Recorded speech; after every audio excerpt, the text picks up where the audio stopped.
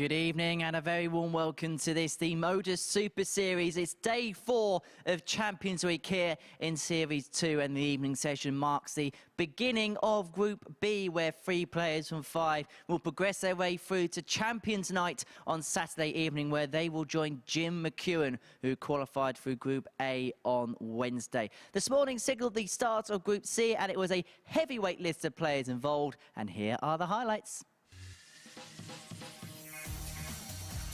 Martin Adams provided the performance of the day, 111 average and getting the better of Colin Osborne. This 157 en route to a 4-0 victory against the Wizard, who was 4 out of 4 on the outer ring. As for John Henderson, the 2 weeks of playing competitive action here at the Super Series is beginning to catch up, but he did provide some highlights, including this 155 against Wolfie. As for Scott Walters, he broke the record for most maximums in a day here at the Super Series. 18 180s in total for him, and he is well in the running in securing a place at Champions Night on Saturday evening. As is Colin Osborne, who is showing his consistent best once again here at the Super Series. He got the better of Henderson by 4 legs to 1 in this particular encounter. Justin Smith has improved since the middle of Wednesday, and he is well within the shout of Champions Night, and he notched the big fish in this game against John Henderson. But the man to beat is Matt Clark. He won 4 out of 5 games on Thursday morning at the Super Series. He's the one to prize apart as he head into Friday in Group C.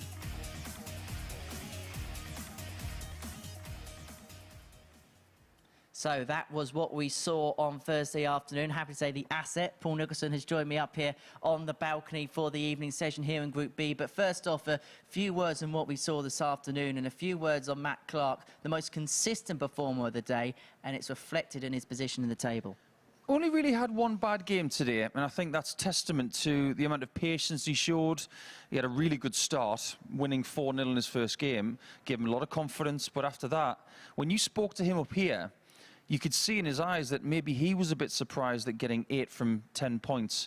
But I think he should be very proud of himself. He's got a lot of experience in the game, over 30 years, but still doing things at his age, at that level, just goes to show the kind of brilliance he still possesses. Well, this is the table at the halfway point in Group C. Matt Clark there on 8, but as you can see, that cluster of 3 on 6 points. And you look at the way they play, they're going to be hard to prize apart. Walter's the best scorer. Osborne and Smith, well, Osborne in particular, very good on the finishing. Yeah, very much so. I think if you were to analyse the stats the way that we have over the last few hours, I think there are some things in there that really do get your eyebrows frowning.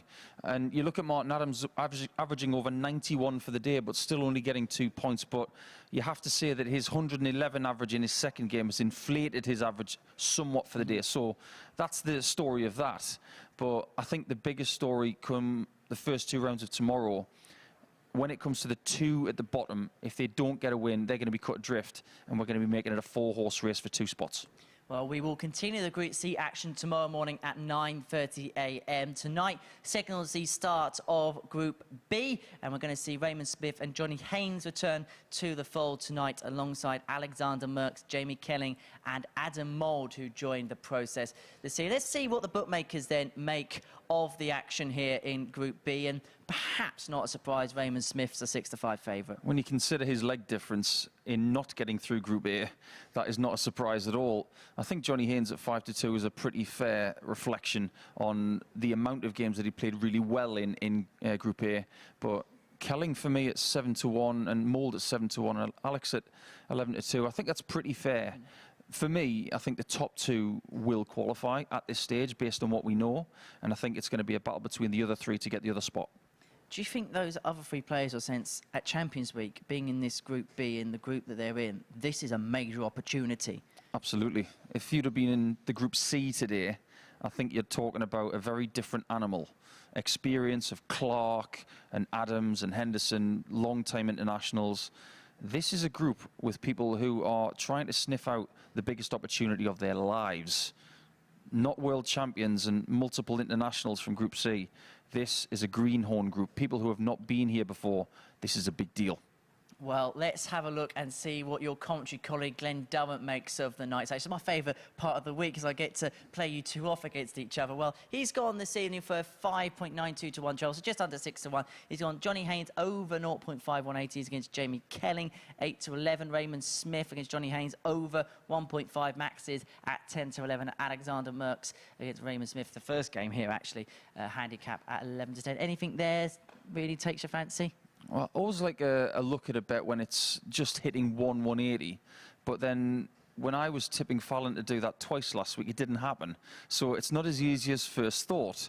But as far as the second one's concerned, Smith versus Haynes, to have two 180s or more, I think that's pretty fair. And I think if one of them is going to hit, it's going to be that. But obviously, trebles are pretty hard to find, but I think that's quite accurate. So what you're saying is we need prime-time Matthew Edgar back for his tips. Don't tell Glenn that. He'll probably say the other. I'm sure I'm going to get an angry WhatsApp message in just a second. There's no doubt about that. So what are you expecting in general from this group? I expect Raymond to come out all guns blazing. I think the evening session does suit him. He played really well on the Saturday night when he was here in week number 7. And I really do expect big things from him. I think his focus will get him through it. And if anyone's going to dominate this group, it's going to be him. Well, he's in our first game. He takes on Alexander Merkx. He was the winner of week 2 here at the Super Series. So a long wait for him to return to action here at the Live Lounge in Portsmouth. And earlier on this evening, I caught up with the Dutchman. Alex, welcome to Champions Week. How much are you looking forward to it? I'm looking very much forward to it. Couldn't wait for it, actually. It's been a little while since we've seen you last. You won week 2. Has it been a case of just waiting around till the opportunity came to come back here at Champions Week? Yeah, it was a bit of waiting around, but also played a lot of tournaments forward to this tournament. How is the game at the minute? I know you've been playing a lot of WDF stuff. We've seen you at other tournaments as well. Where is your game at the minute? It's a bit rough lately. I don't know. Played Q-School, played Challenge Tour, played the Dutch Open last week. Not that much very good results, but it's okay at the moment. Do you feel like you're carrying the Dutch flag in this competition over the next couple of days? Yeah, so that I'm maybe the only European left in the tournament. So yeah, I'm carrying maybe that flag also.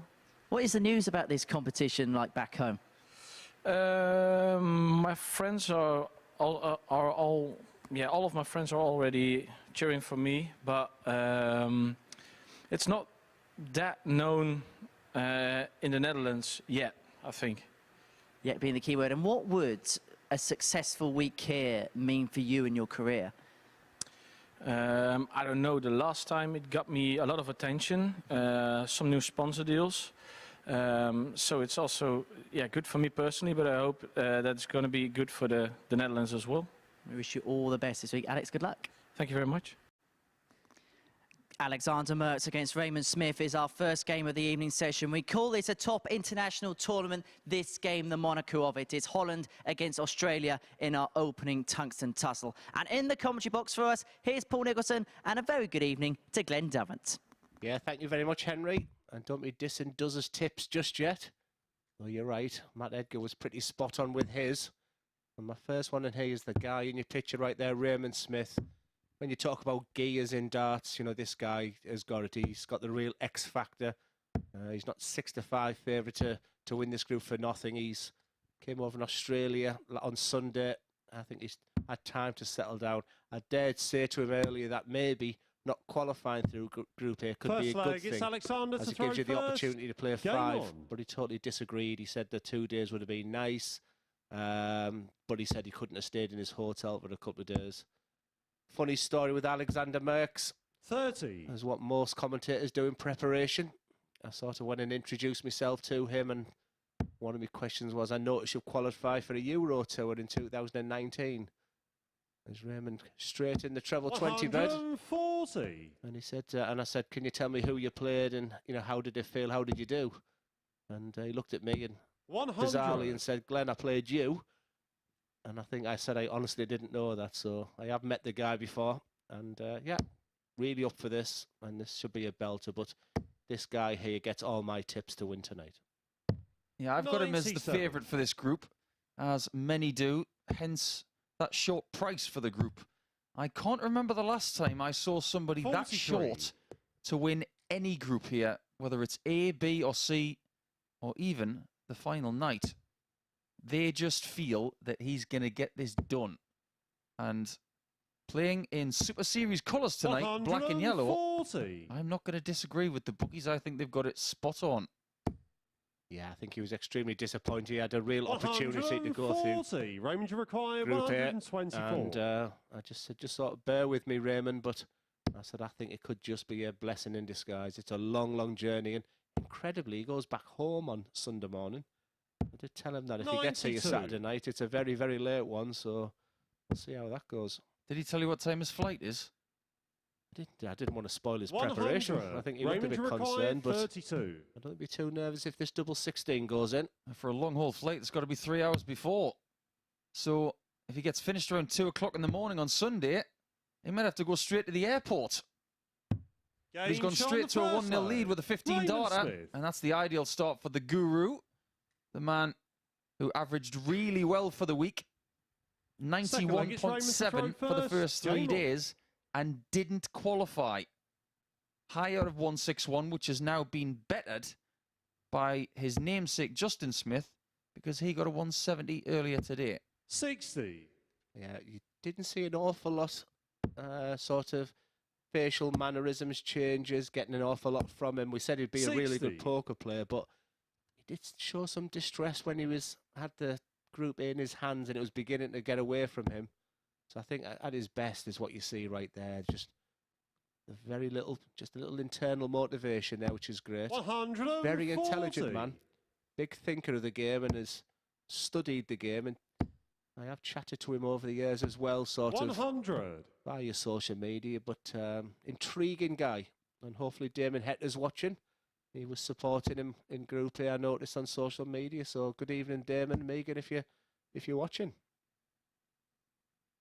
100. He won't want to get on that plane without the equivalent of around 35,000 Aussie dollars. 140. Because that's what he's playing for.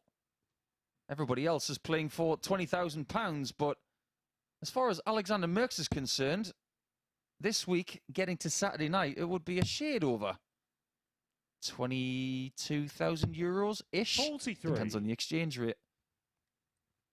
Just a little bit of a slip there.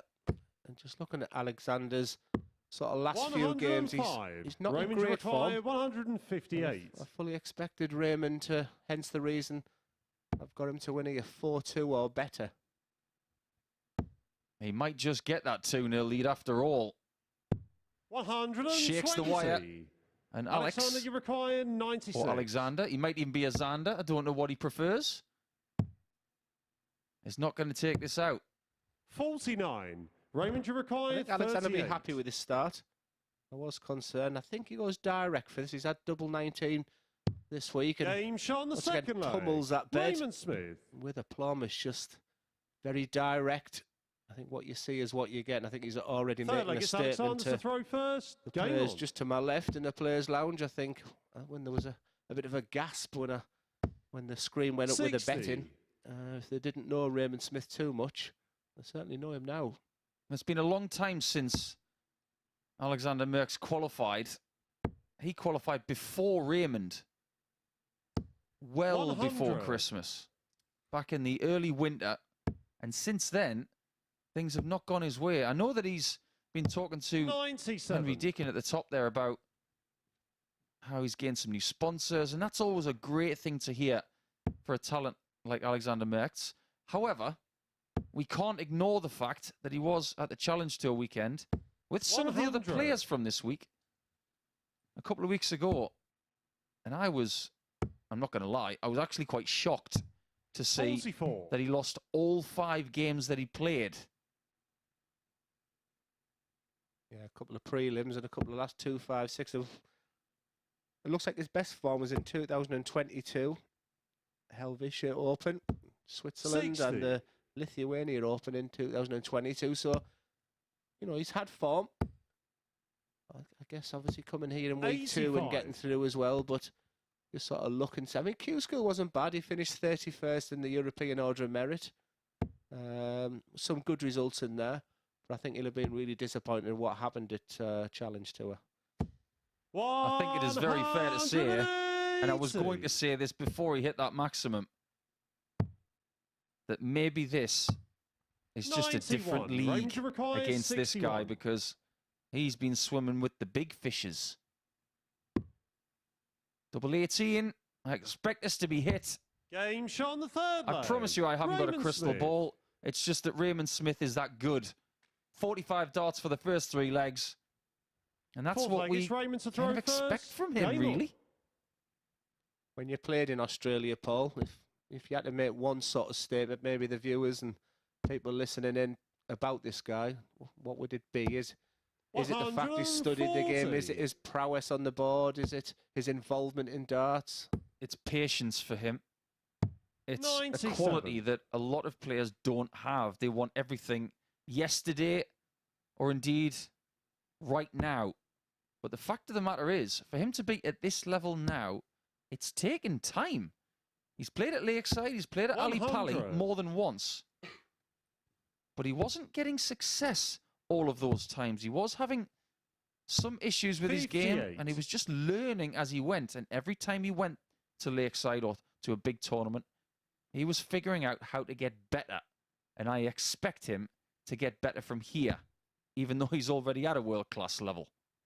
Yeah, he had a phenomenal Ali Pali, didn't he? And wasn't he a game away from winning a tour card or some crazy stat like that? Yeah, lost out to Mervyn King in the last 16, and if he'd won that match, he would have knocked Max Hop off the tour. Range required 130.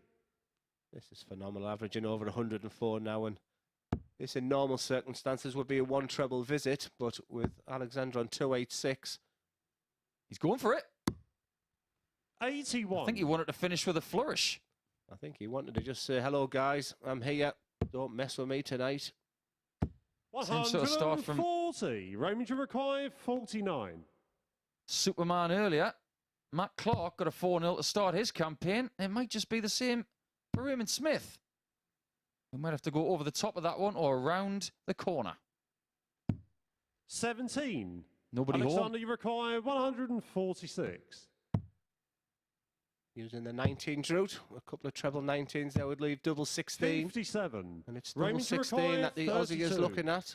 His steely eyes will just look at that target. And with 3 in his hand, Game, he shots, doesn't need all and 3. The match, heavy Raymond favourite Smith. of Group B, Raymond Smith, has just laid out a statement to the rest of the guys there. That was a pretty awesome and fully justified victory there for the guy who had his disappointments in Group A at the end. Hasn't affected him whatsoever. Look at them stats, just shy of 100. Raymond Smith is here not only to win this group, Raymond Smith is here to win Champions Week. Next up, we're going to see the return of Johnny Haynes, and the first time we're going to see this week of Adam Mould. Don't miss that one after the break.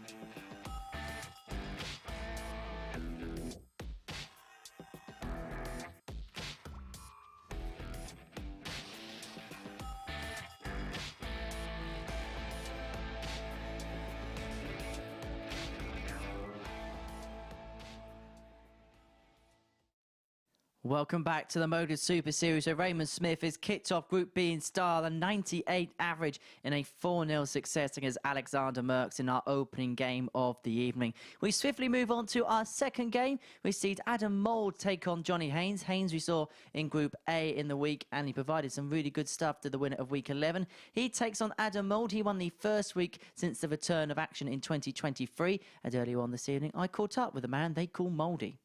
Adam, welcome to Champions Week. How much are you looking forward to the next couple of days? Yeah, really looking forward to it. See how it goes. I've been waiting for this for a few weeks now. I've had a busy schedule, busier than normal with my darts, so I feel refreshed and ready to go. Does this feel like a major opportunity for yourself, perhaps the biggest opportunity you've had in your career? I suppose if you can look at it that way, but it's not how I'm looking at it at the moment. I feel like I've got nothing to lose, to be honest. I don't think many people were expecting me to win the week I did. So I'm looking at it as nothing to lose, give it my best shot, and we'll see. We'll go from there. As you say, it is a bit of a free roll, but this is Group B, so you've got a 3 from 5 chance of going through. So for you, you must at least look at that and think, I've got to target top 3. Of course, everyone, all 5 players are targeting top 3, but this is Champions Week. Every player is top quality. You've got to start well, and hopefully top 3, and we'll be back Saturday. And finally, what would success in this competition mean to you? And would it be your finest achievement as a darts player? Yeah, of course it would. Yeah. Just getting here is probably the finest moment so far. So, like I say, nothing to lose. If I get to Saturday, we'll give it my best shot. And if I end up with a check, then fantastic. Well, we look forward to watching you play. Adam, good luck. Thank you, Henry. Yeah, great interview there. Adam Mould. I wonder where they got that nickname from, Paul. Mouldy. Not a fan of it, not going to lie. Got to change. But maybe it's an affectionate nickname that can rival the likes of Chizzy and Walshy. But maybe he can be the winner of the week as well, the 34-year-old from Aylesbury. Now, I had to just check via a smart device. What county is Aylesbury in? I've got it down as Buckinghamshire. I hope that's right. Because it's at that juncture, isn't it, of 3 different counties, but we know that Swindon is in Wiltshire. To throw first. So this is a battle of 2 players from towards the south, just a little bit past the Midlands. This guy was very impressive, in fact, getting through a few weeks ago. 81. I don't think it can be argued. This is the biggest thing he's done in darts this week. And it could well be the biggest paycheck 85. of his career, to gazump what he got when he won his week. And he could indeed get more than 4 times what he got that week. £5,000 for winning the week. £20,000 for winning the whole thing. Any thoughts on the interview? Nothing to lose. I'm just here to enjoy myself. And 60. We hear it so much from players who think there's no pressure on them. But internally, he'll be thinking, this is a big chance for me to make a name for myself. 140. He will create his own pressure. I guarantee you that. And every time I've sort of doubted Johnny Haynes, I've done his commentary the week he won it. And he just reminded me as I walked through there with me cup of coffee. Now then, Glenn, I'm the spoiler. So he certainly didn't have to rile him calling him that. I think 60. he felt he should be referred to something a little bit better than that. So I've certainly improved. I've been so impressed with Johnny. He's just someone who's a bit like Matt Clark in 60. a sense that he's never going. He won't get the headlines tonight. You know, all 5 players, and Johnny's probably the one you'll least speak about. But he's just very, very effective in what he does. 42. It's almost insulting to call Johnny a journeyman, because he's been playing many different forms of the game. And by forms 85. of the game, I mean Adam, you require 100. this kind of darts, but with different promotions. And he's been there and done it at the thick end of them all. WDF, PDC, now Super Series stuff. He's been 60. to the latter Johnny, stages you of the lot. 111. And that doesn't happen to everyone. 111 for the first leg. And he will try to leave tops a lot throughout the course of this night. That's something we did learn about Johnny Adam, you require the last 3 days. Let's see what we learn about Adam. A dart at a double for the first leg. Game And a shot little the bit of first nerves. leg. Adam Mould. Might just be eradicated a little bit. Once you get that first one under your belt and that 6-7-7, he might have clapped his hands at it, but it's as Second good as leg, any it's Johnny dart to in the throw middle of the first. double as Game well. on. That should really settle him down. And for Johnny, he just continues doing what he does. You would never tell if Johnny was 3-0 up or 3-0 down in a match. 60. Some players can be read, some players can't be. But for Mouldy, I can't believe I just said that. 45. Hitting that 7-7 cracked a little smile for him, and one of, and maybe a little bit fortunate to take that leg, but doesn't matter what double it is, Adam, as long as you take it. 100.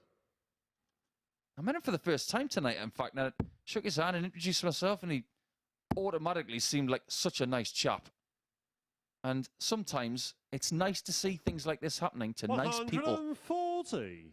I think every sort of player's area I've walked in, you know, the respect's been really good. You know, they know that we're here to give our constructive criticism 85. and chat about various things, but you know, overall it's been really good chatting, and yeah, I totally agree. The first time I spoke with Adam, it was just 99. felt that he's just a decent person who's really looking forward to the week. Loves the ADC system as well, and that's why he's here. And I do believe he was in the winner's circle pretty recently 100. in a vault tournament. Yesterday in Aylesbury, obviously his hometown there, so excellent match practice. Just been looking at his results throughout there. 91. Johnny, you require 156. Thanks to my nephew Jamie, who sent me his full results for the past 12 months. So as Johnny wants this 156. 140. We had a collection of big finishes earlier on today and throughout the week. 156 is one of them. 126 is another.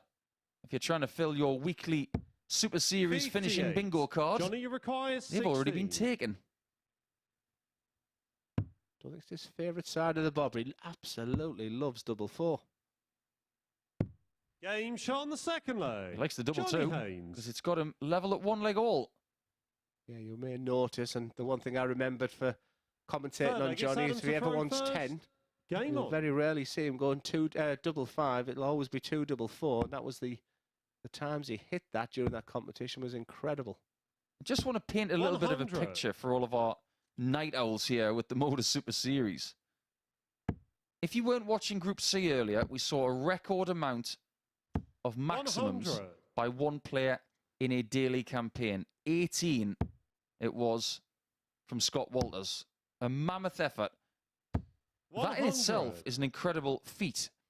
But the ability for him to get the last maximum that he could get with his last visit of the day in the scoring phase made it more impressive. 180. Speak of the devil. I'm not talking about you, Johnny, by the way.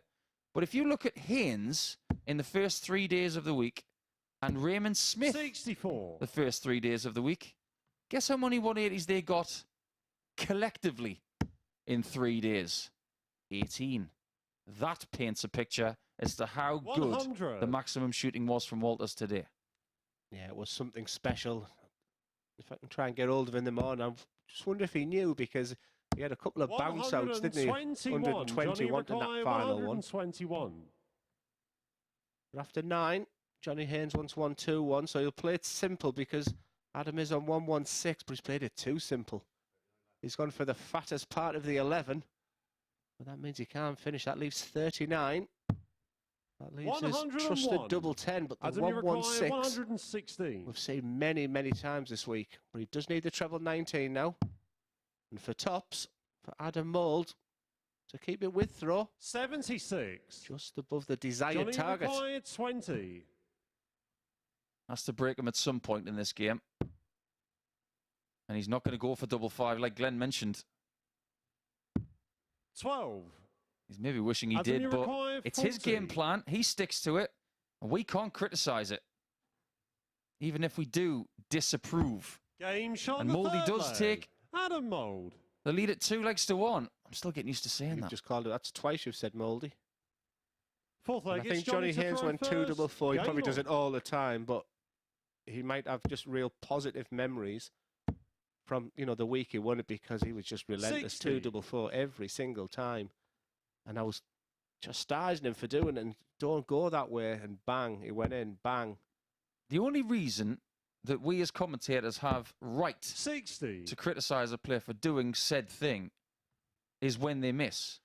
Because when they hit, he looks like a genius. So, 100. knowing Johnny, as I have for quite a few years, just let him do as he does. And he's the one who got through his week. And he's the one playing in Champions Week. So who are we to argue? 140. He's going to stick to his game plan to see if he can be the last man standing on Sunday morning with that giant novelty check above his head, the way that you have seen many times 41. over the last 12 weeks, like Conan Whitehead did back in October.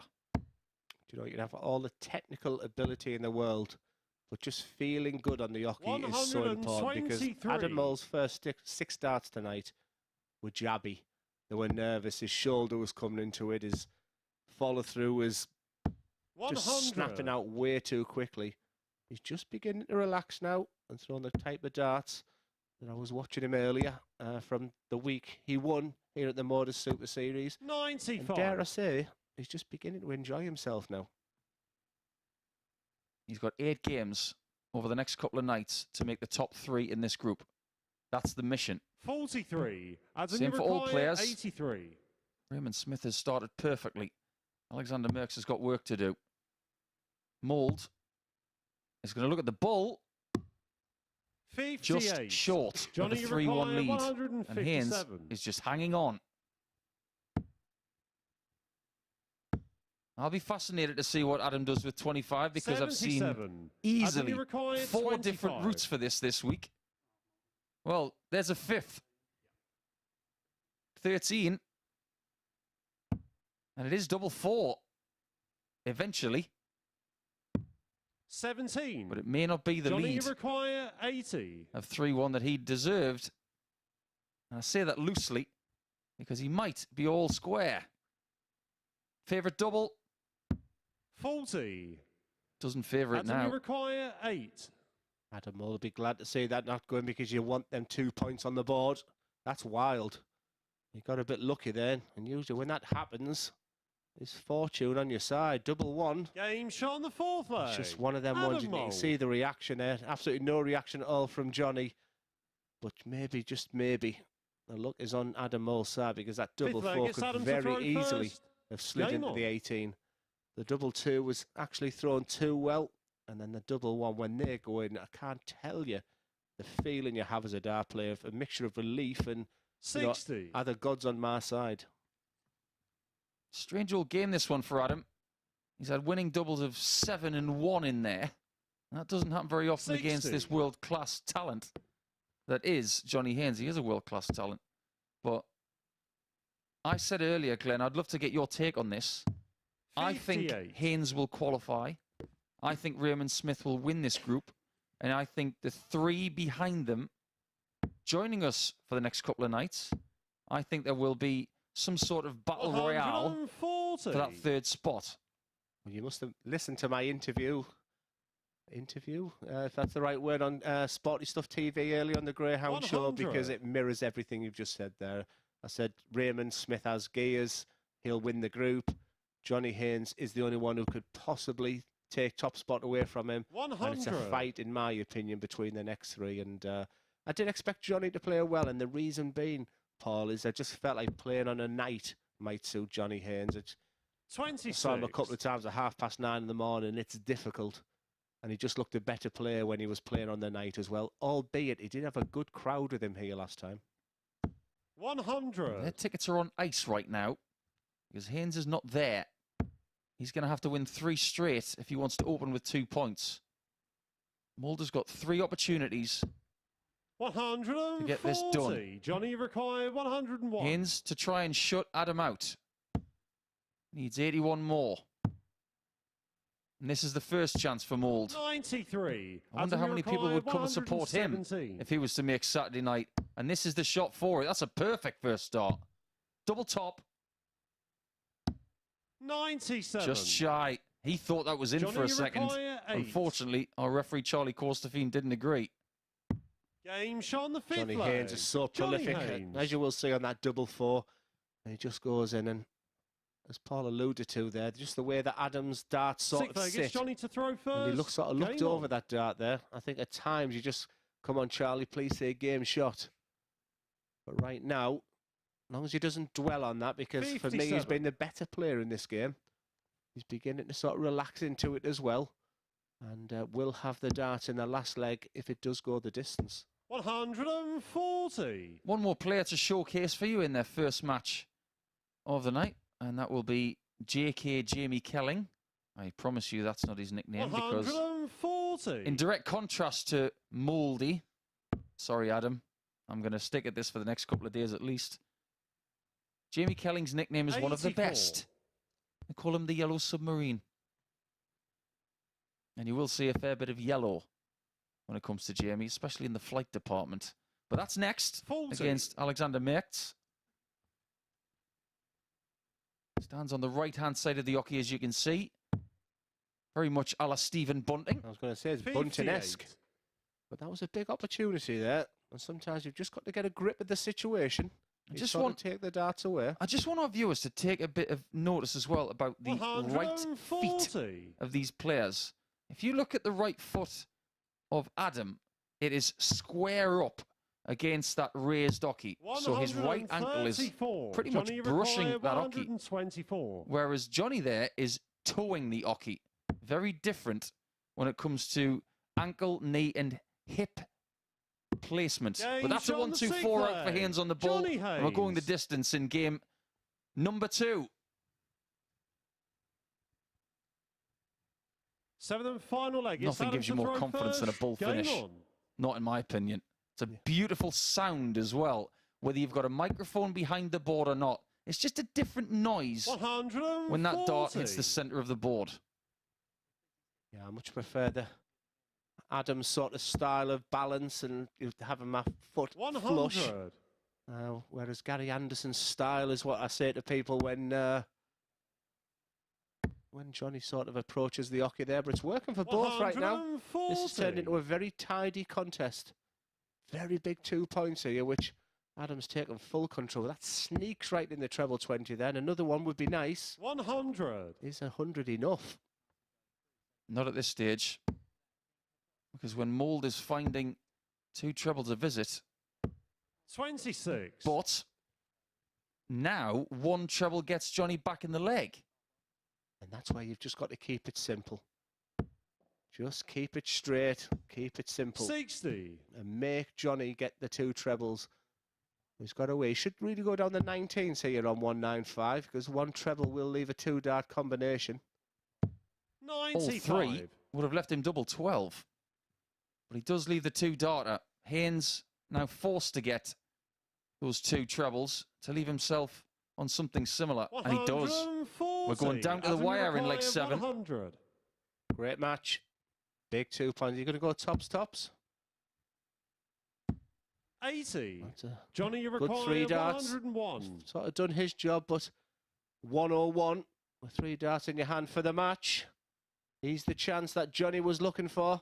He was never really in this game. 61. Bangs that wire. Adam, you require 20. That was the hand in pocket moment to try and steal it. Can Mould secure it? That's a Game, big 2 shot, points for Adam and the Mould. match. It has to be Adam said. Mould. He's going to be scrapping for points over the next couple of days. And when he can start in that vein, he may be around about 25% of the way there. 8 points in this group will not guarantee you a spot in Saturday night, but it will get you very, very close indeed. And that's a great 4-3 win for Adam. He starts his campaign with a win. Will it be the same for the Yellow Submarine? He's coming up in match 3 against Holland's Alexander Merkx.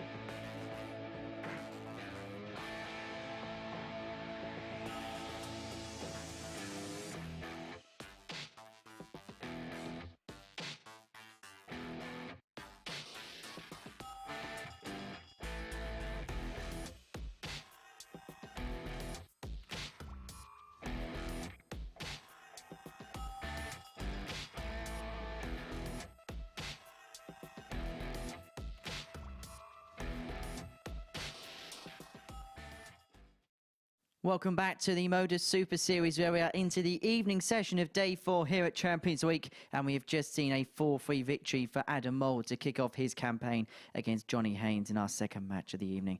Third up for us is the last player that we're yet to see at Champions Week, Jamie Kelling in action. He takes on Alexander Merks, and early on this evening, I caught up with JK. Jamie, welcome to Champions Week. How much are you looking forward to it?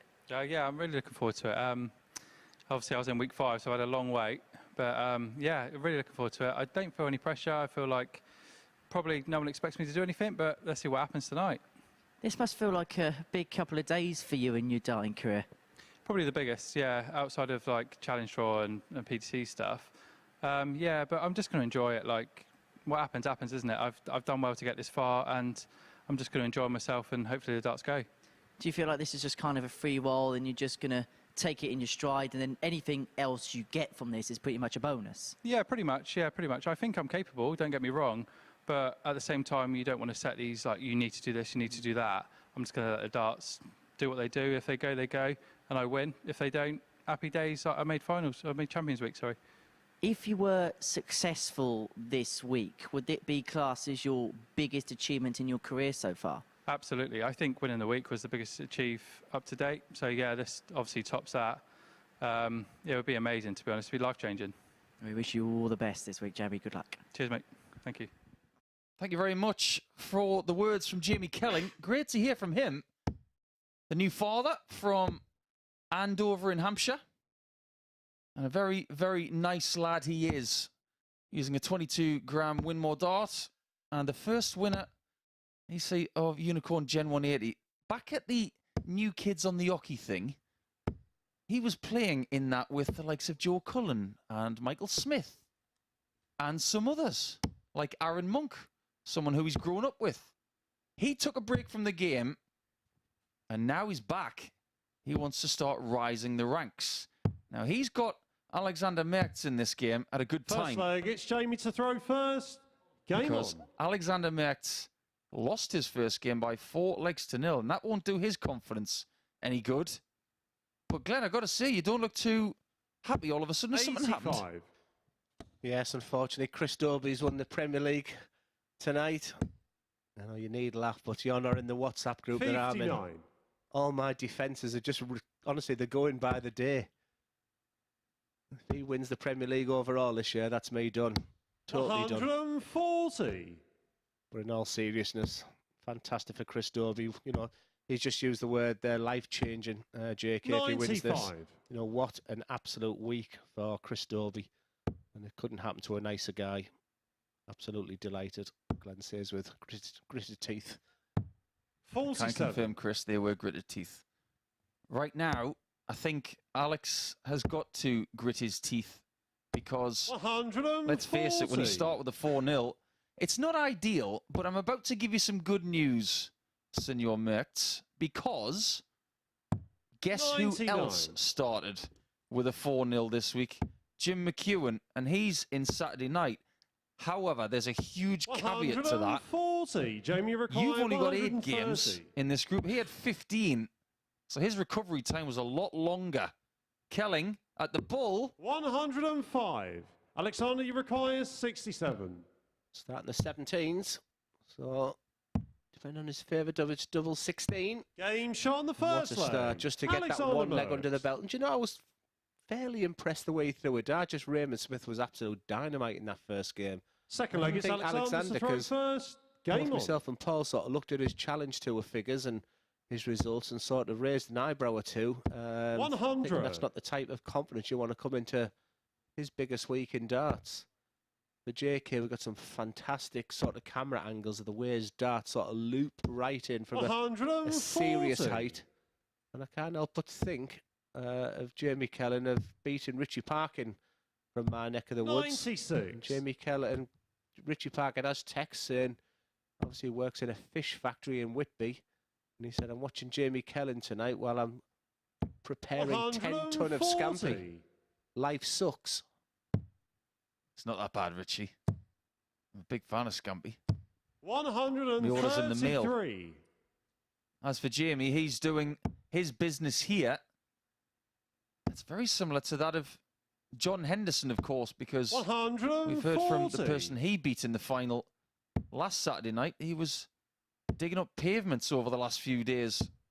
And in the amateur 45. game, Jamie, there are you very require fine margins 81. between massive financial benefits and success and having to go back to your day job. 41. Alexander, you That's some require starts. 127. In one way, 140, 140, 140. A double 8 for Merks. 111. Another quality contact. We've been Jamie, you really require spoiled 40. all day today. Group C was absolutely fantastic. Game shot on the Jamie second Kelling, leg. whose strength Jamie is his Kelling. doubles. Well, I had a lovely chat with him. And to see him go 140, 140 there because he's Third leg, trying it's to Jamie to throw match his first. score. And Game with, on. you know, if he wants to take his game to the next phase, he feels like his doubles as good as, you know, where he wants to be. But if he's going to get better and start winning 100. titles like the MODUS Super Series, then his scoring must improve. And so far, so good, Paul. I know that Jamie likes this format. 54.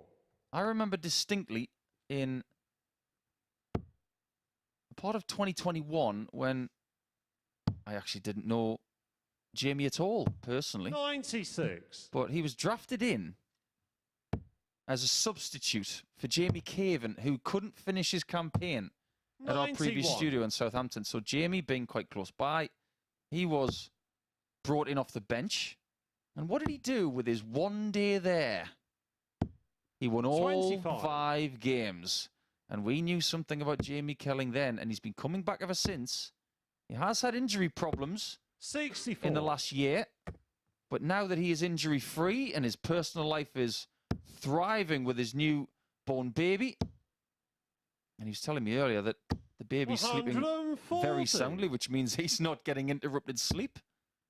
I think the time for Jamie to kick on could well be 2023. Jamie require 140. And if you want motivation, that's the kind of thing what 20 grand would do for his young family. He'll stay there. 100. And that last start is just absolutely beautiful. Now, a lot of these players in this practice room tonight are very nice people. 140. when you're on that hockey, you've Jamie got to be require nasty. 40. Right now, Jamie's got to make Alexander Merkx feel worse than he did earlier. One more dart at tops. Game shot And on that the is third perfectly leg. pitched. Jamie Kelling. So after losing the first leg, the response from JK has been really, really buoyant. Fourth leg, it's Alexander to throw first. Game on. And not an awful lot for him in sense of his reaction to it. 2 well-thrown darts and 60. just slotted that double top in. Expected a bit of a fist pump, which we've seen a few times, but all players are in good nick, and so they should be. So they've had plenty of time to prepare. 140. And Alexander won actually week 2, so probably been a good 10 weeks for him, but every player will be really fairly 100. happy the way the week's gone. And If you want everybody's more- still in the mix. If you want more good news, I mean, we talk about the gap between qualifying and being here in Champions Week. But the fact of the matter is, 81. having that long gap doesn't make any difference because Jim McEwen won week 1 and he's in Saturday night. So 174. I'm giving Alexander Merkx no excuses here tonight. And that 174 just proves to me that he does have the capabilities of winning 59. legs like this. Alexander, you require 167. Interesting play, and I like it. 135. It just means he's thinking as well. He's obviously a 32 guy because when you've got something like 47 100. left, Alexander, you if require he liked tops, 32. he would have gone for a 7. Game shot on the fourth leg. And as far as double 16 is Alexander concerned, Merks. he's had it twice and hit it twice. So keep leaving it. Fifth leg, it's Jamie to throw first. Game on. It's not a bad performance. 4 legs in, averaging 3 figures. Good quality of stuff. 58. But then again, we should have this in Champions Week. They've had plenty of time to prepare. And if you are someone who has had the last 134. few weeks, your choices of where you've played your darts, it's been entirely up to you. With Merkx, it's been 100. Q School and Challenge Tour. For Jamie Kelling, he's played a lot of local stuff with success. They should be in good 99. nick for this week. There are no excuses for that. It also tells me, Paul, how well Raymond Smith was to demolish Merks in the first game. That 4-0's now looking even better than when we watched it in real time, because Merks didn't do an awful lot wrong. I mean, he would have wanted a better start. But right now, he's right in the mix. He's going to have to break Jamie. This is a problem for Merks, though. 135. That could have been better if it wasn't for that little kick that he got off his second dart, but it is a chance for that 3-2 lead. Jamie this is a bit topsy-turvy, this one. Nice pace to the game. I'm enjoying this. So treble 18. That leaves 72, and treble 16 seems to be the favourite group for many players now. Well, we've seen this finish so many times. Still not the end of it, treble 19. But that leaves 88. 72. So set up well. These are the types of finishes if he's got any aspirations of getting a Saturday night. Reset, exhale equals confidence. Game bang. shot on the 5th leg. That's Jamie poetry Kelling. in motion watching that there. He didn't panic. It's 2-2. Awful lot to play for. The guy sets up tops. 6 leg, it's Alexander 16. to throw first. Take a breather. Stare double top out. Kudos, Jamie Kelling. 60. For a man that works in finance, he knows his numbers. And right now, execution is not bad for both. 3 out of 6 for Kelling, 2 out of 3 for Merkx. This is a world-class game when it comes to the outer ring.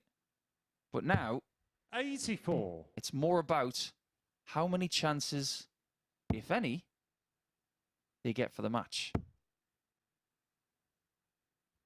97. Neither of them are wasting too much energy with over-celebrating, walking behind, showing tension. 140. Both just getting on with it.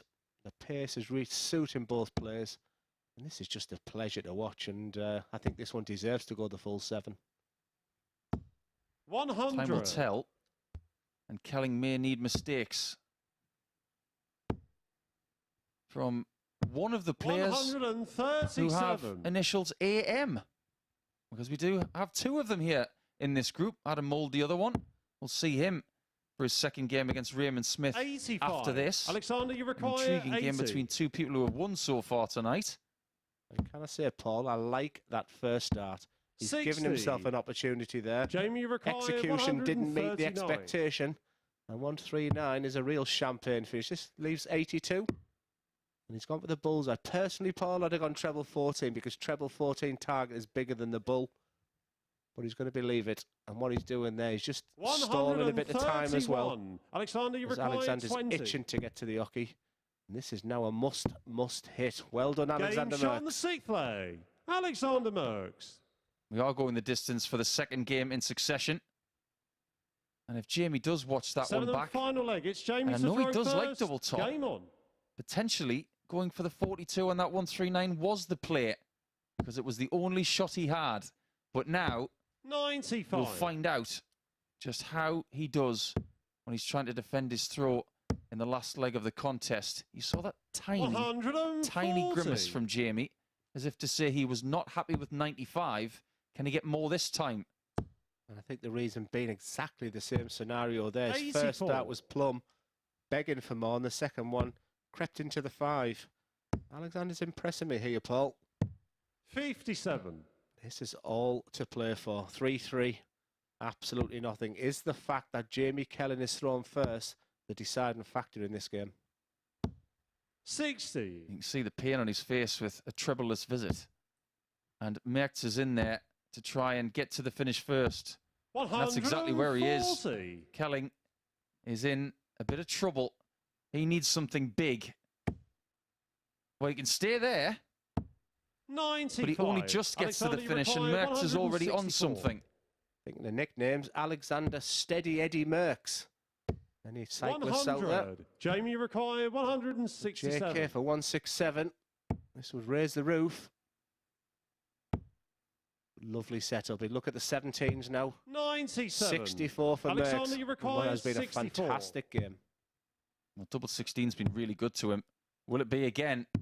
Game, Oh, it shot, really has and the been. match, He nicks that Alexander one. Merkx. And double 16 has been his best friend over the course of that 7-leg contest. You can see what it means to him after that 4-0 drubbing to the Group B favourite, Raymond Smith, he has responded brilliantly.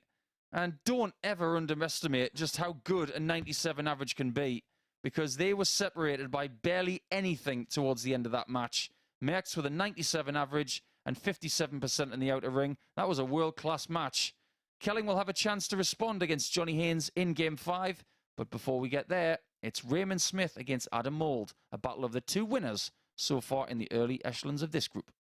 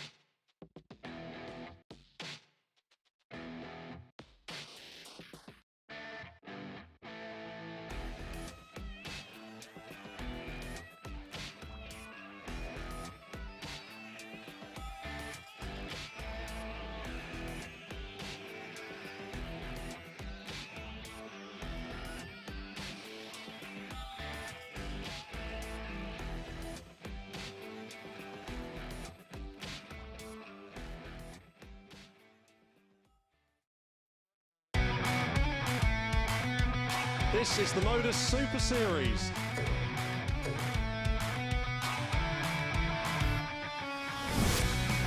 $180.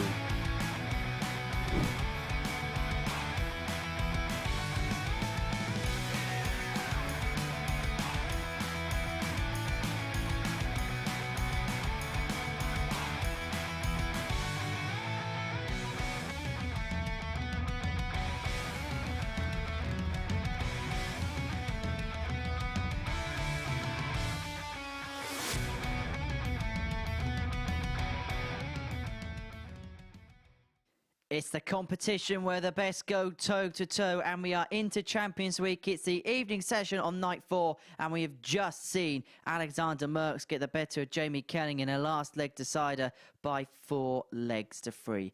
Next up for us, it is Raymond Smith up against Adam Mould. Watching this one in the commentary box, here's Glenn Durrant and Paul Nicholson. Thanks, Henry. An excellent start to our evening's darts, as we've seen Adam and Raymond both notch up their first win of the group, but we've just seen a very impressive Alexander Merkx as well, averaging fairly close to 100, but Raymond was just a little bit closer in his first conquest against Alex in game number 1, but Adam Mould, 34-year-old from Aylesbury, it's Raymond to throw first. Game on. Will now be tested against the best talent in this group. The man who won the Australian Open in 2022, beating the WDF World Champion Neil Duff along the way 60 by 8 legs to 6. And he went on to beat his good pal Hopai Pua in the final. And I'm sure there are plenty of people tuning in from Australia and New Zealand this morning on our MODUS Super Series 100. YouTube channel. It will be Friday morning for those guys, so good morning to everybody in the Oceanic region. I think Adam understands just how big a test this is. 140. If he doesn't, he does now, because if it's his first time he's seen him play, he was mightily impressive, and what's made it so more impressive is the way Alexander's just played in that last 60. game. And like you said, if you're looking to just get a return for tonight, to give yourself something. But for me, this guy's just thinking exactly. Paul alluded to it earlier, actually. It's one game at a time. I don't think after 4 games he'll tell you how many he's won or lost. He just has this focus already on the next game, and I think that's the right mentality come the MODUS Super Series. 42. Every group needs a barometer, in my opinion. For me, when I was playing on this stage, albeit for only a couple of nights, we didn't really have one. Wes Newton, myself, Tony O'Shea, Andy Jenkins, Richie 81. Howson. Ultimately, it was very clear after one night that Richie Howson was probably the strongest, and since then, 81. he's become a bit stronger. But even before a dart was thrown tonight, everyone knew that this was going to be the guy to catch, and he's proving it again. Double top. Game Just too good at the minute. 14 darts, and he's making it look easy. Doesn't have to be in the middle of the bed. Second leg, It's like he's trying to show off by hitting the top left corner. Love it. Yeah, his finishing stats around about 40% in the first game, and his scoring prowess was absolutely fantastic. And if he can complement both together, you'll be seeing some stratospheric averages tonight. He just looks in the mood. I just think any jet lag and any concerns about that long journey from Australia. That's why I said to him, I said, don't beat yourself up, Ray. You know, playing each night might be actually a good thing for you. And for me, Paul, right now, is playing himself into form. And can he peak on Saturday night? That will be his strategy, I guess. I mentioned he's got a lot of patience. But this group is the shortest group of them all. And if there's one thing he doesn't know how to do yet, it's to negotiate 60. a group on Thursday and Friday. Because when he won in week 7, he blitzed his way through Group A and the final night, only losing a couple of games all week. It's been a very different week for Raymond. He has had his ups and downs. But right now, he is fully focused on doing what a lot of great players have done in Group B. Dominate it. I've seen many times someone have that undefeated couple of nights. Yeah, we haven't spoken an awful lot about Adam Mould, so apologies to the fans of Adam there. We've sort of waxed lyrical about the guy in your picture right now, and he's quietly just getting on with his job, Adam. He looked a little nervous with his first 6 darts of the first game, but I think he's settled in very nice, and it was a big win over Johnny Haynes. He probably feels like this game is not expected to win. 72. But let's just go out and enjoy it. Sometimes it's nice to be the underdog. Double top. 52. Now let's see what Raymond can do from 122. 50 behind before that mouldy effort. I mean that in the nicest possible way, by the way. 54 needed to be found. Got to loop it over the top. Very nearly did so. And Adam comes back for double 10 to equalise and to take the first leg against Raymond Smith tonight. On the second leg. Doesn't need asking Mould. twice. One leg all. And if anyone's listening and is on Twitter, I don't know where I'm getting this from. Might be a Third sign leg, of it's my Raymond to age. throw first. But I'm sure when I was Game younger, on. I listened to a song called Mouldy Old Door. And I certainly think that Adam on Saturday night would like the old 20 grand. So am I going crazy? Or is there a song out there called Mouldy Old Door? Please let me know. I'll let the audience go for that one because I 140. haven't heard of it before. Lieutenant Pigeon. Where have I got that from? Apart from my ears and the production team, but I'll take the credit. 135. There's not anybody called Lieutenant Pigeon, surely. We are talking the 50s or 60s. It was something my mum and dad had on the Makes more radiogram. sense now then, if it's 50s or 60s. I'm not sure where I got that from, but 100. I think we'll be playing that aloud if he picks up the 20k on Saturday night. I know what Jamie Kelling will be walking out to if he's there. It will be 58. We're All Living in a Yellow Submarine. It kind of goes hand in hand with what he's got as a nickname. Raymond, well, he's not thinking about music right now. He's thinking about maximums. He hasn't had a great 140. deal of maximums so far this week, but he's never really been known as a big maximum hitter. He's got 10 for the entire week. 98. Raymond, you require 121. Yeah, and does his tips tonight. I've got him and Johnny Haynes to have two 180s between them, and they've been the least big 180 hitters of the week. I just think there'll be something might happen in that game tonight. 57. I think that's a decent bet considering how many legs could be possible in that game. If you're getting 6 or 7 legs, you've got way more opportunities for the maximums. Just remember, everyone, if you're having a gamble this evening, 100. Raymond, you it's for require 18s 64. over only. BigGambleAware.org is the website you need for more information, and please gamble responsibly. Raymond Smith on double 16, trying to do what Alexander Merkx did, 48. and not Adam, going to you do require it. So Mould has a 110. chance of the break. Going to start south. Might stay south as well. What's he going to do? He's going to go north. Game shot. Beautifully done. Adam Mould. I think somebody's growing in confidence, as he should be, with a break of throw in hand now against the favoured horse. And is Raymond Fourth Smith leg, it's getting Adam to thoughts throw of that first. group here when Game on. he was dominant for big percentages of that, and obviously did finish second. I'm just thinking when that double top went in, and when he looks up right now, is he thinking this is deja vu because he was the outstanding player 140. for 75% of Group A. And Adam Mould, I didn't give him much hope or much chance in this match, if truth be told.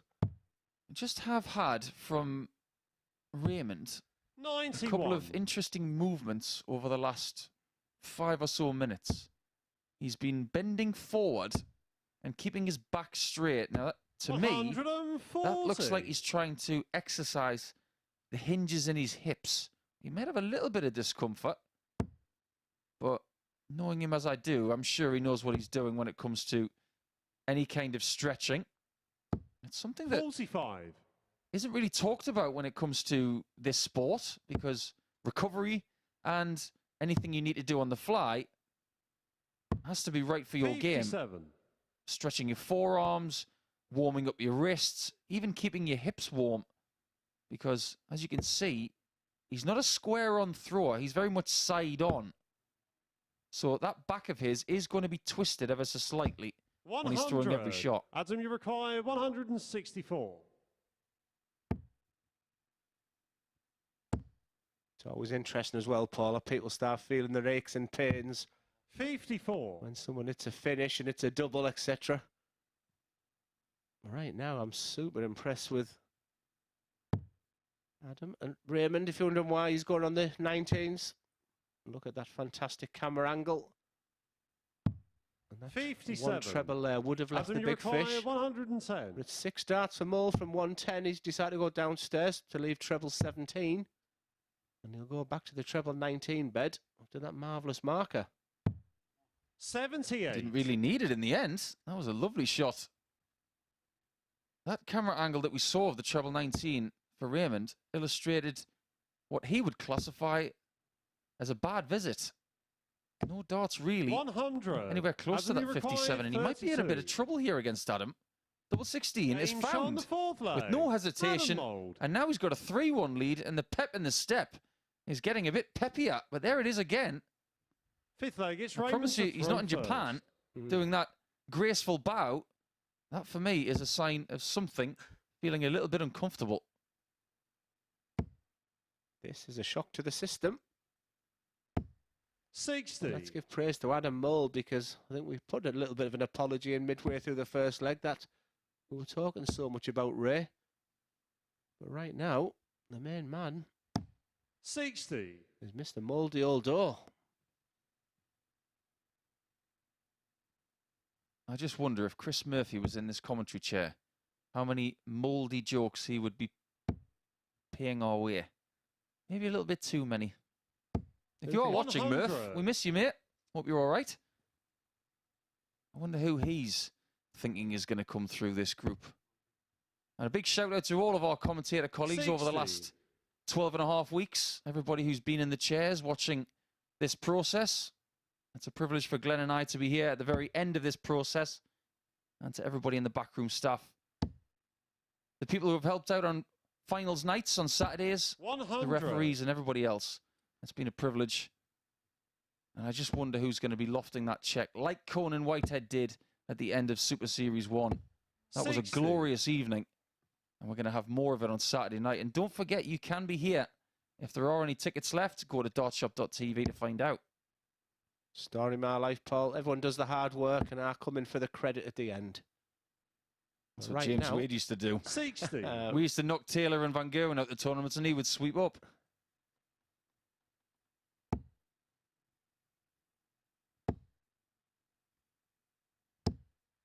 another good 100. return.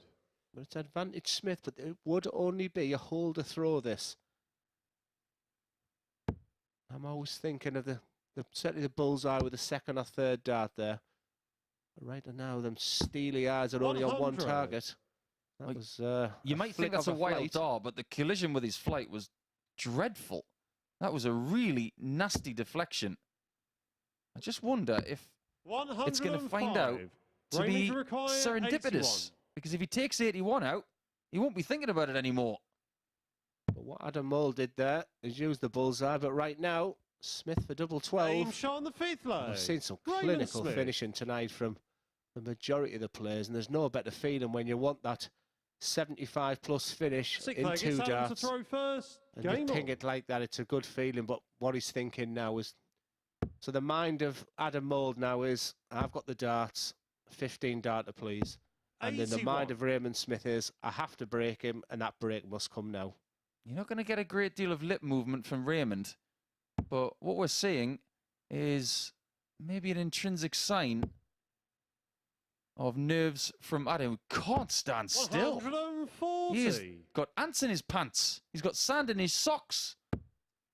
He's definitely nervous in this sixth leg. He just wants to get this done.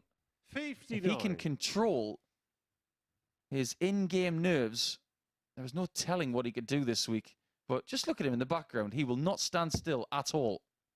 And Ray Smith will have eyes in the back of his head. He'll see that. He'll feel that. He'll sense the nerves. 100. He'll know the fact that Adam is beginning to see the finishing line, and he'll know that he knows it's a big win over him. And what he'll do is he'll maximise his opportunities there. But it's about managing the 140. adrenaline at this point for Adam, and he's doing that very, very well. Do you know why? Because he's enjoying himself. This is a big moment for these dart players, and Adam is having the time of his life right now. The impetus has gone to the Aussie right now. And he finds a maximum at a wonderful time. 180. There aren't many bad times for 180s, but that's one of the better times to get yourself back into this contest, which if he can steal it, 96. it will make him Raymond, feel you require so 81. happy. 81 again. for the second consecutive leg. He'd love to mimic what happened in the previous one, but it's going to be a very different route, if indeed it happens. Treble 18. Found. Double 12. 57. Now, Adam, you've been Adam given a bit of a Hollywood finish. I'll have less of Hollywood, please. I thought you'd like that. I guarantee you one thing, Glenn. By the end of the night, if someone's on double 3, I'll say this one's the dozer because he won a world title on it. Come on. Go all the way here and split it, please, Ray. Yes. He's going to spoil the party. He's going to hit double 6. Yes. Well, there you go. It was in the stars. 18. Yeah, but he couldn't hit it. And now Adam Mould is on Required tops. 40. I did not expect that. Raymond Smith has just got coldness going through those veins right now. Adam Mould is bouncing around, but it's double top and an absolutely sensational win for Adam Mould. He'll be and the fist pump tells you everything about how he's feeling right now. Ray Smith shouldn't be too down in the dumps. I think he's demonstrated enough to me that he's still the man to beat, but he has to get over the fact that people are getting over the winning line for him, and he'll try and deal with that. He'll be back on the practice game for his next one. It really is all to play for, this Group B right now. I'm thoroughly enjoying every game, and the stats confirm that. And next up, it's the return of Johnny Haynes, who's desperate for a win now against JK, Jamie Kelling.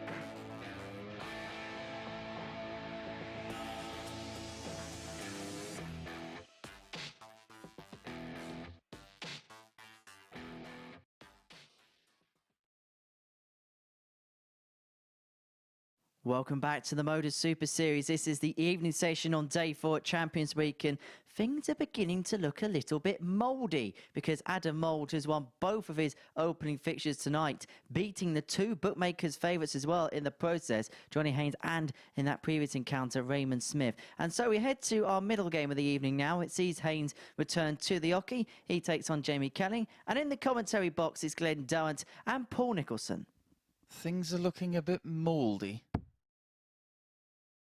I think it was only a matter of time before somebody said that, so well done, Henry. You take the spoils on that one. And who will take the spoils on this one? Because Johnny Haynes and Jamie Kelling are licking their wounds as we go into match number 5. Kelling did have a small chance of nicking that win against Alexander Merkx, but just fell at the final hurdle. As for Johnny Haynes, same really, lost to Mould. And he's now gone on to win his second match of the night. So he's the one to catch. But Kelling will not have the darts this time. Haynes will. Can he use them to full effect to get himself 4 legs in this contest? First leg, it's Johnny to throw first. The second Game part on. of Does tips. All I need in this game is for the man in your picture right now to hit 180. Don't waste them. 85. Big favourite, Johnny Haynes, in this game at 1-2. I thought Jamie Kelling was actually very, very good in his loss to Alexander Merkx. And 96. I thought there wasn't an awful lot to separate these two, but maybe the fact that Johnny's thrown first with his darts, his experience and his recent form has 24. made the bookies make him a big favourite in this game. The most accurate information that we have based on what they've done tonight is how they've performed average-wise. 140. Haynes, 85 and a bit. Jamie Kelling, 93 and a bit. So by that token, it looks like Kelling 95. is playing just marginally better. But what 85 and 93 tell us is that they're both in 6-visit range. 95. That makes them both susceptible to winning and defeat. Unless somebody goes into turbo mode in the same way that Martin Adams did in his second game 43. today, Jamie when he went Mackay, from 170. an average of around 70 to an average of 111. Quite the jump. Once again, you saw that 58. fantastic camera angle. Sure, on the 19s there to leave the 170, but not a great setup, and it gives Johnny an opportunity here, but he'll be disappointed with that second dart. 82. Jamie require So 112. it's 6 darts for Jamie from 112. It's his to lose at this point, and the way his darts sit right up, I would expect him to move across the hockey, 72. but he played very, very safe with that last dart. And for Johnny, only a setup and putting some pressure on it will do. 100. I think you're Jamie right, that require 40. Last start of Jamie was very safe. This one has to be a bit more aggressive. He's getting there, slowly. 20. That will not please him. Johnny And Haynes requires can 72. steal on 72, one of the most popular finishes in this range. We've seen it a lot this week. How about tops with 1 dart? Game And he shot can the find what first Kelling leg. can't. Johnny Haynes. Sorry, Kelling. I think that was a hybrid of Haynes and Kelling right there. But right now Second it's leg, Johnny who James takes to the throw lead 1 first. leg to 0. Game on. Yes, I think Jamie would be upset with 3 missed darts because nothing tells me that's his strength. If you give me 3 darts at a double, Glenn, I feel super 96. confident I'll do that. But it's very difficult. And practice all you can. Paul talked about preparation, local competitions, but when it comes to on the day, 97. 3 darts to get yourself 1-0, it's very, very hard to try and replicate that in practice. It's just whether it's whether you've got it or you haven't. But his scoring tonight's been absolutely 100. superb. You'd be delighted with that. I've been looking through the history books, going back to 2008, when Jamie was part of the New Kids on the Hockey project. 140. You don't need me to remind you who won that project. It was Aaron Monk, one of Jamie's best pals growing up. Aaron beat Joe Cullen in the 83. final 3-0. And Aaron beat a certain Michael Smith in the semi-finals. He seems to be quite good at the minute, having hoisted the Sid Waddell trophy. 140. Jamie's performances in that tournament, though. He doesn't need me to remind him. He didn't win a match 100. against Johnny Aaron, required 124. against Ricky Williams, who is also from Hampshire, and Darren Whittingham. Bullseye. 99. Not this time for Johnny, but will it be this time for Jamie? 1-2-2 is all about the 18s. Still got an opportunity with the treble. And it's bullseye for Jamie. And after missing his opportunities at tops last time, 25. that would have felt really good. So you'll see Johnny go for 17 double fun. It doesn't often miss it, you know. And that's a great marker. 21. Sometimes darts just gives you these chances when you least expect it, because this time Jamie was never in this leg. And he resets again to double 8. 9. Wrong side. Johnny He's had his chances for 2-0. But then again, 2-0 down will sound awful to JK. No but it's not going to happen. Not at that visit, at least. Jamie requires Jamie 16. gets another bite. Game shot Takes it this time. Jamie I think Kelling. a big sigh of relief is in order, Jamie, because you could have easily been halfway to the exit door in game 2. First. Game on. Dare I say, Paul, I think 1-1 is a fair reflection of the match so far. Just maybe not in the circumstances. 100. And Johnny, still looking at that elusive 180 that I require for Does tips. Remember, you must be 18 plus and gamble responsibly. 58. Just want to divert away from this game, actually, and talk about your game at the World Seniors next week, because Glenn's playing there at Circus Tavern next week, trying to hoist another world title. You're up against Mark Dubridge, who we found out today has been practicing in Spain. Taking it too seriously, Mark. 45. But yeah, I did see a tweet from him to say he was in Benidorm in preparation. It's probably not ideal being here, but I've been under the weather sort of all week, so I've been here right now. But looking forward to getting home on Sunday. I've got a competition on Tuesday, and I've put even at my worst, Paul. You know, even the past 18 months, I got the practice in. But what I was doing so badly wrong was practicing incorrectly, and that was the problem I was having. I was thinking I was practicing good, 55. thinking I was practicing correctly, and that's where a lot of the problems stem from. Now it's just about enjoy. I think I deserve it anyway. Let me just enjoy the game for a little bit and see how it goes. I'm sure you'll enjoy the tavern. It's a great place to play, and there will be plenty of people to see you in that match. Johnny Haynes did not qualify. He's over the age of 50, tried to qualify and failed.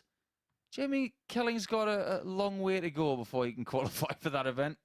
He is well focused on the MODUS Super Series for the foreseeable future. But I think a lot of players who come here weeks like this, they have aspirations of maybe getting to the PDC Tour. I think Jamie Kelling is very realistic. I think he wants to look at this as his golden goose, his top of the mountain for probably the next 2 or 3 years. And then maybe if that goes well, he can look beyond this. 120. Jamie required 167. I mean, look at him. He's everything darts would love about him. But right now, it's about just getting the basics right. He's got a young family. He's working hard. And right now, darts is just a bonus. And I'd say good decision. Nice first start there from Johnny. How about dart 3? 50. Chance again. Jamie requires 70. This result could easily be 3-0 Haynes. What's he going to choose? It's going to be double top again. And this time it works. He turns it around. Now, I mentioned that it's going to be the kind of game where 6 visits may be the most popular. In fact, game on. It's been one more visit than that that's been more popular. It's the 7th visit that is banking the legs for these two players. 2-1 Kelling. 60. He now has the impetus with the darts in his hand. It's only a break if you hold in the next leg. One of the golden rules of this sport. 85. I think if there's been a disappointment tonight, Paul, I think it lies firmly with Johnny Haynes. I think we were expecting a little bit more from him. And 96. when he played on the night last time, he was brilliant. But when memory serves me right, just in the bottom left of your picture there, you had a fantastic set of crowd with him, maybe 10, 12 of them, and the noise they created. And we beat Neil Duff in the final as well. It was a tough contest to come through, the Terry Jenkins, and it was the Legends week as well. And I think he really fancied his chances this week. But want to continue with that trend, it has to start right now. I got a fascinating tweet earlier today as we see the first 180 of this contest. But a fascinating tweet from somebody saying, because they didn't know the rules, obviously, isn't it unfair that people like Johnny Haynes have to play 5 days? Well, he didn't have to, because if he'd have won Group A, he'd be on Saturday. We'll come back to that in a second, because Kelling is going to have a chance of a 3-1 lead, even though Johnny's played brilliantly in the last 6 starts. 25 for tops. Still possible on double 4. 61.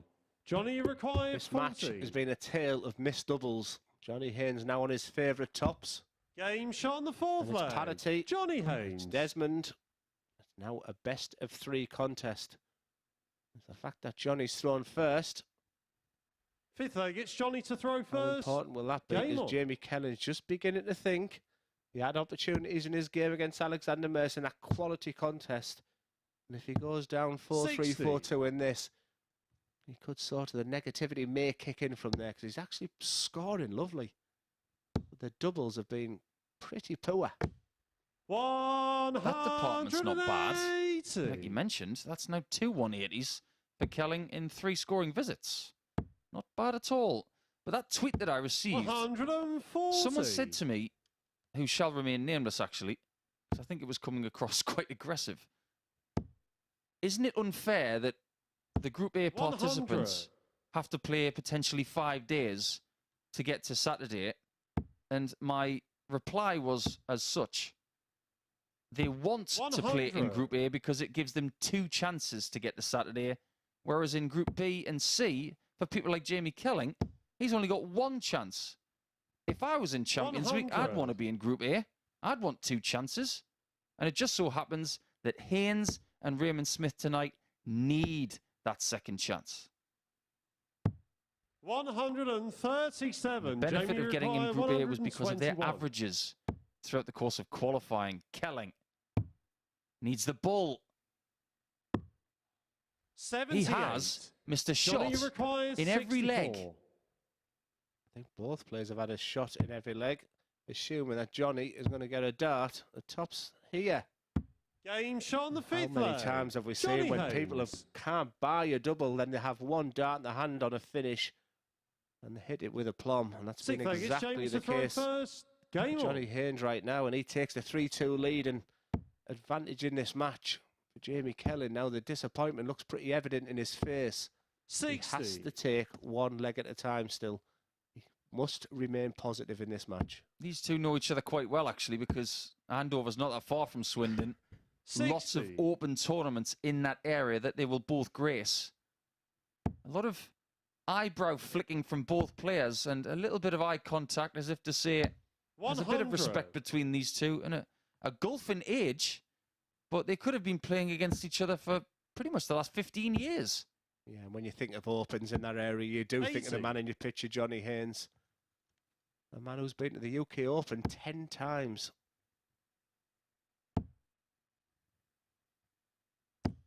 $140.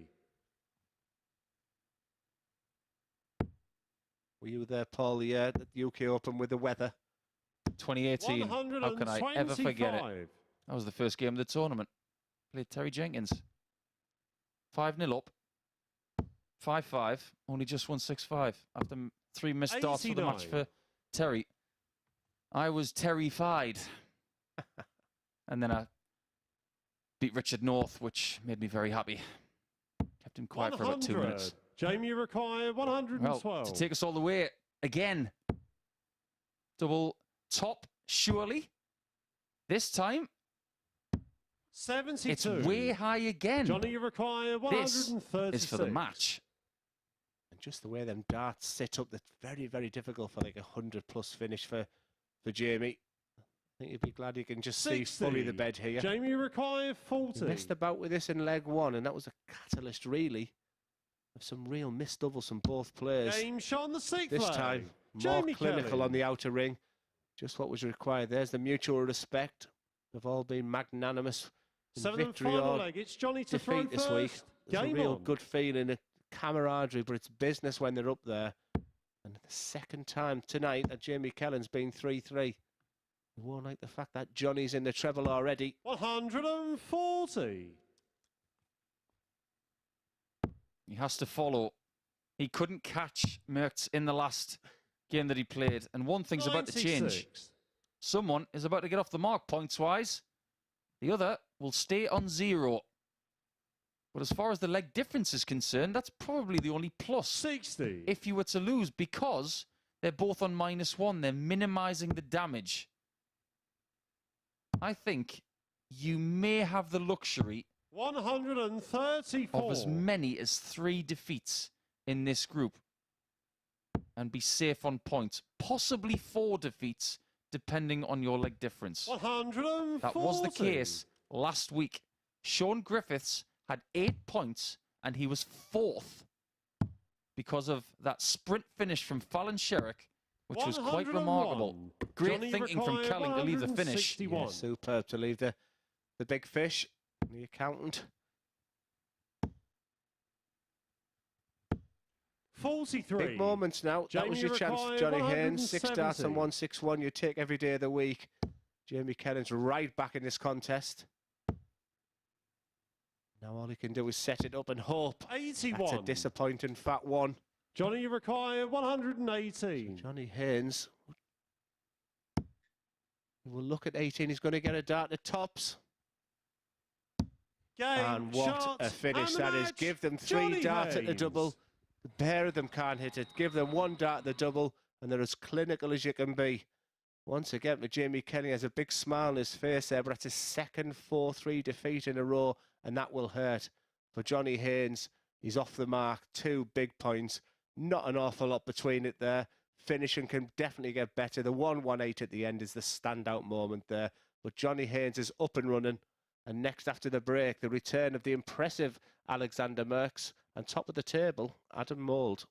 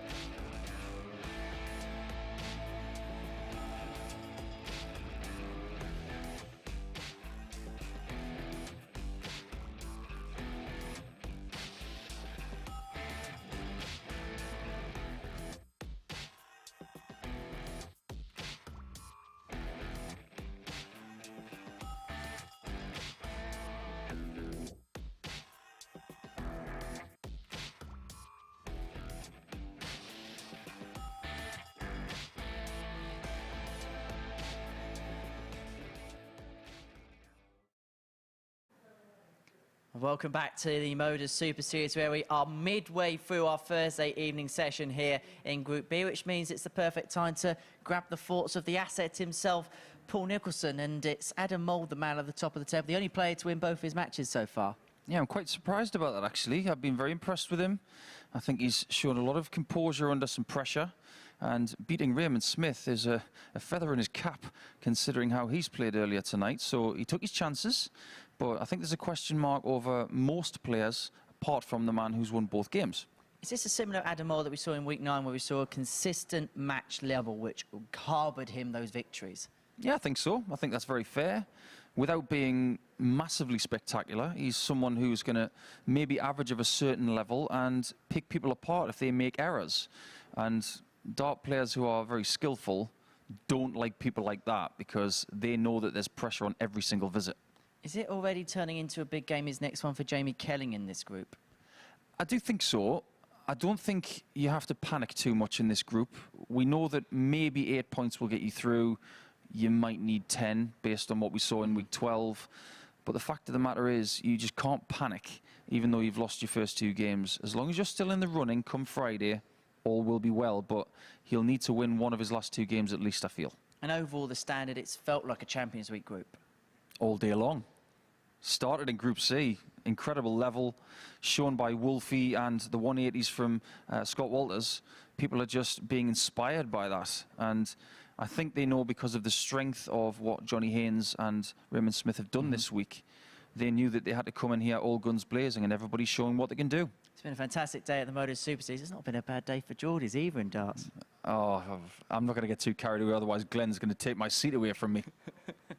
Well, we will leave that conversation for now. Next up for us on stage, Adam Mould against Alexander Merks. And Glenn, make sure Paul has a seat to come back to. Henry, I used to like you. I know you're talking Geordie Dart. You've been dissing my Dozzers tips as well. We'll be having words later, Mr. D. But these 2 players, we'll be having words on the dartboard, because both have been very impressive today. Alexander Merks, you can see he's got a bit of a smile on his face now. He didn't after game 1. It was a real hiding from a very, very impressive Raymond Smith. But boy, did he bounce back in a very entertaining contest against Jamie Kelling. Whereas Adam Mould, is he a surprise leader at the moment? Maybe. He was a surprise winner of his week, he felt. But he's been excellent so far. And what I like to see is on the league table, Adam Mould, First leg, it's Alexander to throw first. And this Game partnership between MODUS Super Series and the ADC is one of been the big successes of 2022-23, giving people opportunities. And when they see people like Adam Mould 43. get these opportunities and get down to your local vault competitions, your local opens with the ADC, there's opportunities out there. There's pathways and directions for you now to get yourself 45. here, because I'm getting messages right now on social media. How can I play in Portsmouth, Glen? How do I get the chance? How do I get selected? 137. Well, probably the best route to do that is through the ADC. And look at this man performing right now. He's been absolutely superb tonight. 140. He really has. And if he runs with this confidence, Merks is going to be in bother, as will everybody else. 140. And I'm not just talking about this group as well. If he can grab double-digit points in Group B, we will be seeing him 99. on the final night of Super Series 2, at which point we will split 6 players in half. We'll get 3 in Group 1, 3 in Group 2, and then we will ramp up the intensity even more in front of an audience. Yeah, I feel like Alexander Merks is playing with a bit of a smile 41. on his face. Alexander, you require 76. That last win was absolutely huge for him. That's a disappointing dart. There's a couple of options 58. there. And he went for the treble 13 route to go for double 18. But for Adam Mould at 176 is quite simple. 136 or 140 is on your mind. You don't see many people going for treble 13, 85. double 18. Alexander, and it just you goes to require show 18. the varied routes that you will get from some Game Dutch shot dart on the players. first But leg. the route is good. Alexander Merks. Route 1 to a 1-0 win. Dare I say once again, Paul, I think the Dutch sort of introduced the sort of bullseye Second to leg, the it's game. Adam to throw The first. Stompers, the on. Roland Scholtons, before Barney and Michael really then sort of, even from the 300s, that began to use the board. I mean, the players now are treble 17, treble 17 tops. 22. There was sort of, them finishes are unheard of. The board management these days, and a lot of that did come from the Dutch players, and they used to do sort of darts in mathematics, 119. you know, to help them sort of with the numbers. And yeah, they've definitely modernised this game, that's for sure. And it's up to the rest of the players to follow, because if they don't, they're going to be left 60. behind. I love the fact that countries like the Netherlands, Belgium, and 36. others like Canada and America, which deserve a bit of credit as well for their board management, because they have great skills when it comes to the games of cricket and things like that. And they've translated that into the 501 game, which is exactly what we're playing here. 140. I think they, alongside with the Netherlands and Belgium, have shown us a 92. better route and a wiser route to get to 0, which is the point of this game. Yeah, one thing when you're away from home a lot is that you get the opportunities to 100. spend a little time, and came up on my history, and it was the original indoor league. Just the way 44. the game has sort of have moved on. I mean, you know, the PDC have taken it out of the pubs and clubs and into the arenas that you've seen tonight at the Premier League. But you're just watching that indoor league, just seems so far away the game and 99. where it's gone, and an incredible transformation, really. You can look at football, you can look at rugby, you can look at most sports. Where were they 60. 20 As in years you ago, require 80. maybe even 25 years ago? And look at where they are now, because of modern thinking, modern marketing, and grassroots stuff as well. Getting young people into 64. sport, Alexander, you giving them the require right skills. 150. And that's something that they're brilliant at in the Netherlands. He could have had a shot at double 18 again right there. 90. Had he As in you found require another treble 60. 19, but Mould is on double 8. Can he draw level? No, not this score. time. And he's been Alexander, finishing you them require tonight. I think Ray 60. Smith will be sat there. He didn't do that against me. That's a good marker for Alexander. He doesn't need to Haynes on the move. second leg. He uses the left-hand Alexander side of that Merks. tops bed very effectively.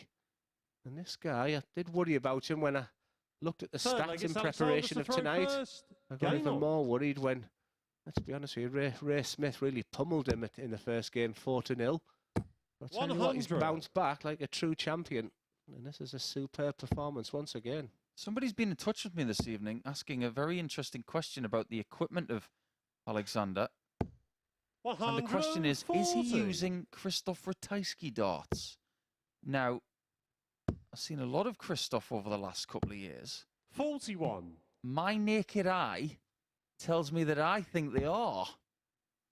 So when somebody is using another person's signature stuff, 140. it's because he really likes it. And so far, so good. Who are we to argue with someone who was 57. halfway to his second win of the night? I said some good battles of Christoph. He was the one guy who I honestly thought one night I was going to get a bye 91. because you get around about an hour to, you know, before you've got to be there for a TV game, and he strolls in bang on with a minute to go. 58. Just Adam, you sits there, require gets on the board. 130. Sips his glass of Coke, and then just goes on and had about 115 average against me. 58. Yeah, the best player that's ever graced Polish land. And he has been 59. one of the best players in the Adam, world you over the require last 6 72. years since becoming world master. Mould is in a bit of bother in this game, but this leg is a bit easier 56. because Alex has not found anything to get to a finish after 5 visits.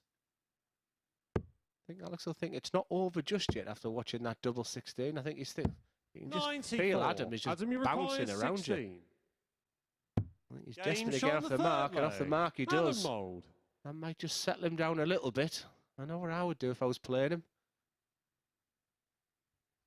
Fourth Slow leg, him it's down. Adam to throw first. Game Dictate on. the pace the way that Matt Clark did in Group C earlier today, and he did a very, very good job.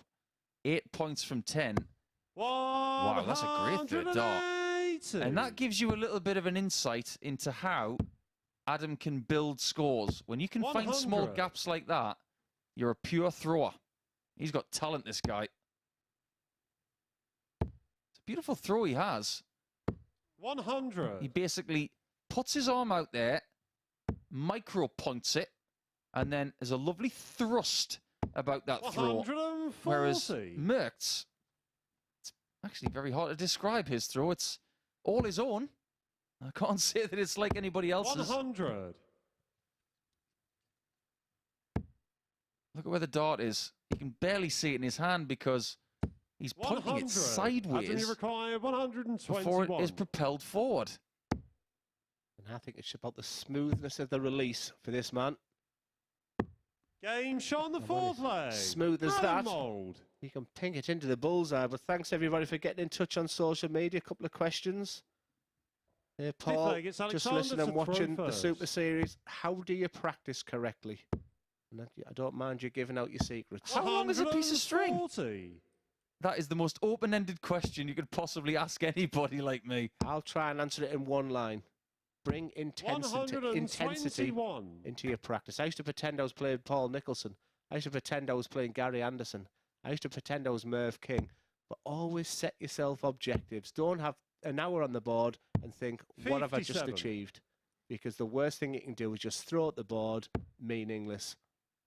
Set yourself a target. If I was to say one thing to amateur players, 39. it's practice aptly for the things that you will do in competition. So if you play best of 5 legs 136. for the league that you're in, practice best of 5 legs against other people if you can. Get yourself used to the challenges that you're about to pit your wits against. 100. For these guys, for example, if they were practicing with somebody else, practice best of 7 legs. And without getting too 100. deep into it, have a look into the invisible opponent. That's where you set yourself a target of 15, 18, 21 darts a leg. Alexander, you And that require opponent will always get that number. If you can better it, you win the leg. Simple as that. 36. Missed at As double you require 16, 107. which wasn't happening earlier for Merkx. Can Mould turn this around? That leaves 88. He went the treble 20 route. And all he can do is set it up now. Alexander, But you require 32. very impressive Merkx.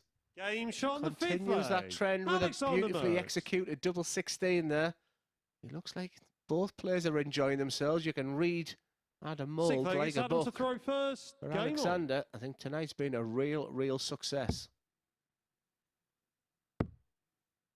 First person to complete their campaign will 85. be Adam. So he will post the score potentially. I wonder if he's going to be overtaken at some point. Because 41. I feared for Merkx after that first game of the night. But ultimately, playing the most fancied player in the very first contest might just be a blessing for tonight. 60. However, when it comes to tomorrow, playing him last might be perilous. 100. We felt that was not an awful lot in this group. Match 2, 4-3. Match 3, 4-3. Match 5, 60. 4-3. And in the middle of that, a 4-2. There's an awful lot of legs being thrown tonight. And a lot of it's going down to that deciding winning double. 134. But it doesn't feel as if this is taking a long time because a lot of these players are just getting on with it. In fact, the slowest player tonight is Raymond Smith, who's not that slow. 100. Couple of trebles here would be nice. 97. The last dart, that gives him an opportunity. But for Adam Mould, 196 is a good number to leave. Even 1 treble, 2 trebles, 3 trebles just leave a really nice finish. 60. 3 single Alexander, 20s you require at this stage, 129. Paul, may not be good enough. 72 left. It's just going to be the layup. 93. It's an interesting Adam, you one. require 136. If he was going for the double 18, you missed it by a mile. There's not going to be an ultimate save here from Adam. And Merkx, 60. who really does get on with it, Alexander, you is require now on the cusp 36. of a valuable 2 points. Still double 18. Game shot. Beautifully and the executed. match. Alexander And he was too Merks. good for Adam Mould in the end. And he's the man who goes 2-4 points with his opponent in the table. So they are the Chiefs right now. And people will be in pursuit in the coming games. You see, the averages are in the mid-80s. but maybe the separator in this one was the doubling. 57% for Merkx. Very impressive as he makes his way to 4 points. When we come back after the break, it will be Johnny Haynes and Raymond Smith for the 4th time this week.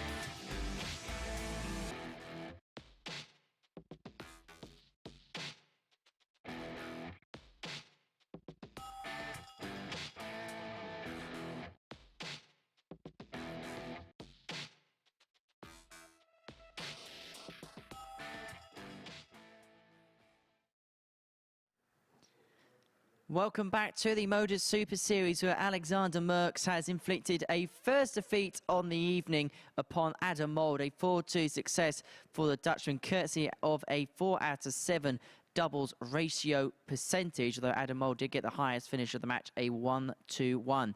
Next up for us, the two players in Group B that have dipped down from Group A. It's Raymond Smith up against Johnny Haynes, and at the midnight hour is Duzza and the Asset to guide you through this one.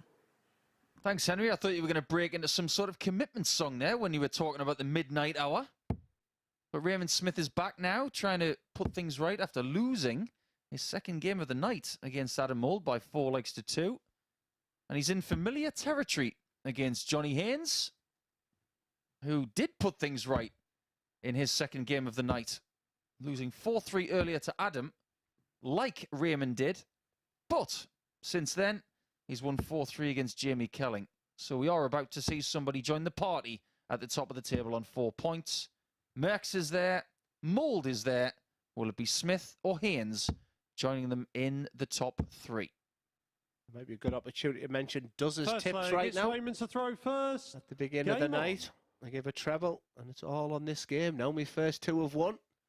And if this match has more than 1.5 180s, 2 180s between them, then the treble is up. And no more mocking me. Bringing back Matt Edgar.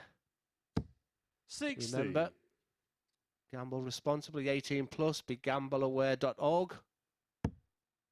Johnny Haynes against Raymond Smith, 2 of the big hitters this week. 140. When I was doing my analysis of the whole week, these 2 were very prevalent. Real opportunity. Wouldn't surprise me if these are lifting the 20 grand up on Sunday, but hasn't gone their way totally tonight. But both in a reasonable position.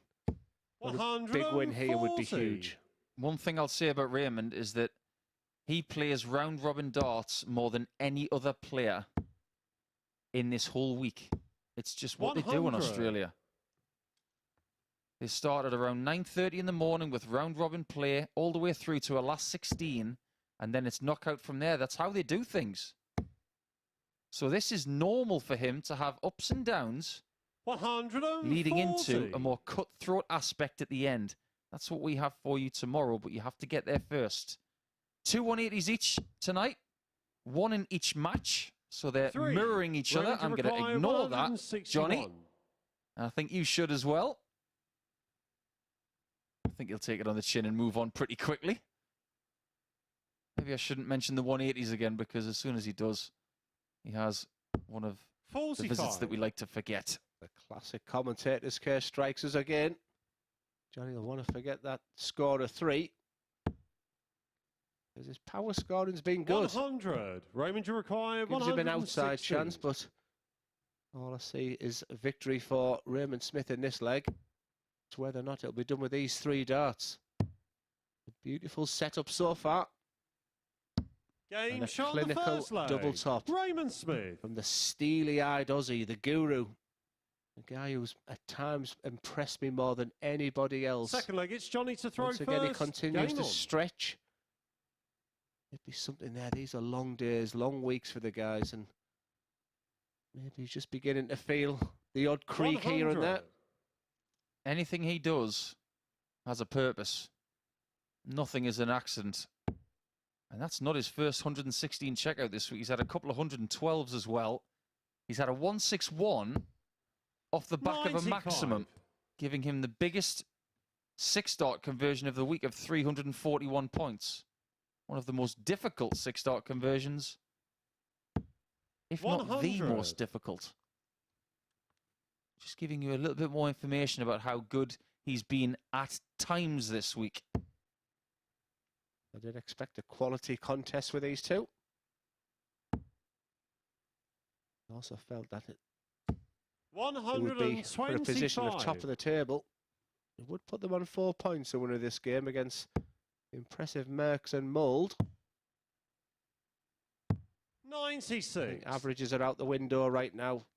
Now it's just about the 2 points, and I promise you the averages will look after themselves in a game like this.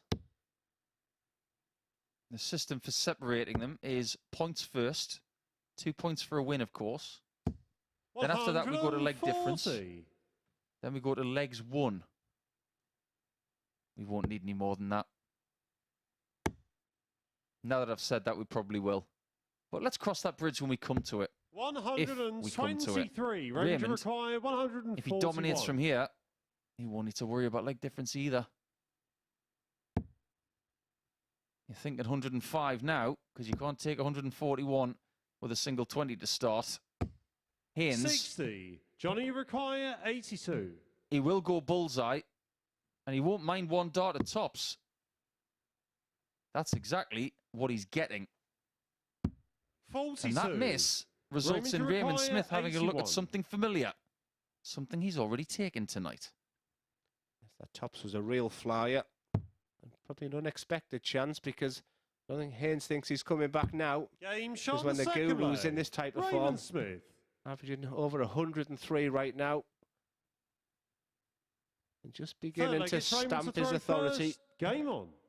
Once again, I think maybe he overlooked Adam Mould in the second game. But the focus, the desire, the determination is right there. Evident totally in that throwing style of his. Every dart is thrown with a purpose. What was fascinating to me is that when I came down the stairs, through the practice room, after speaking to Henry, post game 5, is that a couple of players were in that practice room and Raymond was talking very softly because he doesn't talk loud. It's one of the best things I like about him. Everything is just done in such a peaceful way. 140. But the two guys that were talking to him, they were paying attention to everything he was saying. I didn't eavesdrop because that's not my way. 85. I thought, let them chat away, let them get some information from the guru. But everything is done for a reason. Is he stamping his alpha male in there? I'm the man to beat. You sit and listen to me. 60. I think he was imparting a little bit of wisdom about what his journey could possibly be. I heard the words PDC mentioned. And at that point, I'm thinking, well, maybe 100. what he was saying was a roadmap to what his success could be in the coming seasons. But we'll leave that to him to publicise that over the coming months and years. What he does from Australia to Europe is entirely his choice. The most impressive person I've sort of witnessed sat in this chair was Scott Williams. And he's gone on to do big things and will do big things. 140. Second most impressive player Raymond I've seen requires sat here 64. is the guy in your picture right now. And these are the types of finishes he has for his breakfast. Game shot. I'll have 64 for breakfast as Raymond well. Smith. If it's going to pay the kind of money these guys could potentially get this week. But right now, we are seeing Johnny to throw another first. Game on. dominating display against Haynes from Raymond Smith. He lost 4-3 to Johnny early on Monday morning. Since 81. then, he's beaten the punk 4-1 twice. He might go one better if he takes a break of throwing like 4. The only thing missing is 180s. 180. There's one. Keep talking, Glenn. They might get some more. Come on, Johnny. Another one. I've never tipped a winner before. 55. Yeah, the parallel with Scott Williams, even the black and yellow and everything about him, but I think he has all the attributes and the skills to be a tremendous PDC player. They're very, very different players, though, aren't they? One's very exuberant and 100. loves to talk his chances up, walks with a purpose, whereas the guru's more of a somewhat more restful player. 100. And by that I mean that he won't say anything unless it needs to be said, whereas Scott is delightfully confident in a more visual and audible way. Here comes the second 180. He's not going to go for it. Oh, Ray. 171. Sorry, Glenn. I think your tip is not going to come in because I get the feeling that Raymond's going to finish this off with a flourish. He takes out that 50 in 2. This average is going to be enormous. 105. Let's wait and see if he takes it. 50. Because earlier, Martin Adams had 111. Oh, missed single. I think he heard my sigh. Double 16 for the job done. Game, And that is the job shots, done. And the match. Wonderfully Raymond done. Smith. It's not 111, but it's not that far off. I guarantee you he's going to be very, very happy with that when he sees it. The most important thing is that he's gone to 4 points, 109.31. Checkouts, not bad. 4 out of 4, and this is not the first time we've seen that today. We did see it from Martin a little bit earlier on in Thursday's action, but 116 the top checkout. Johnny Haynes just couldn't live with it. Simple as that. Adam Mould against Jamie Kelling is up in game number 8. JK's got to get off the mark sooner rather than later after the break.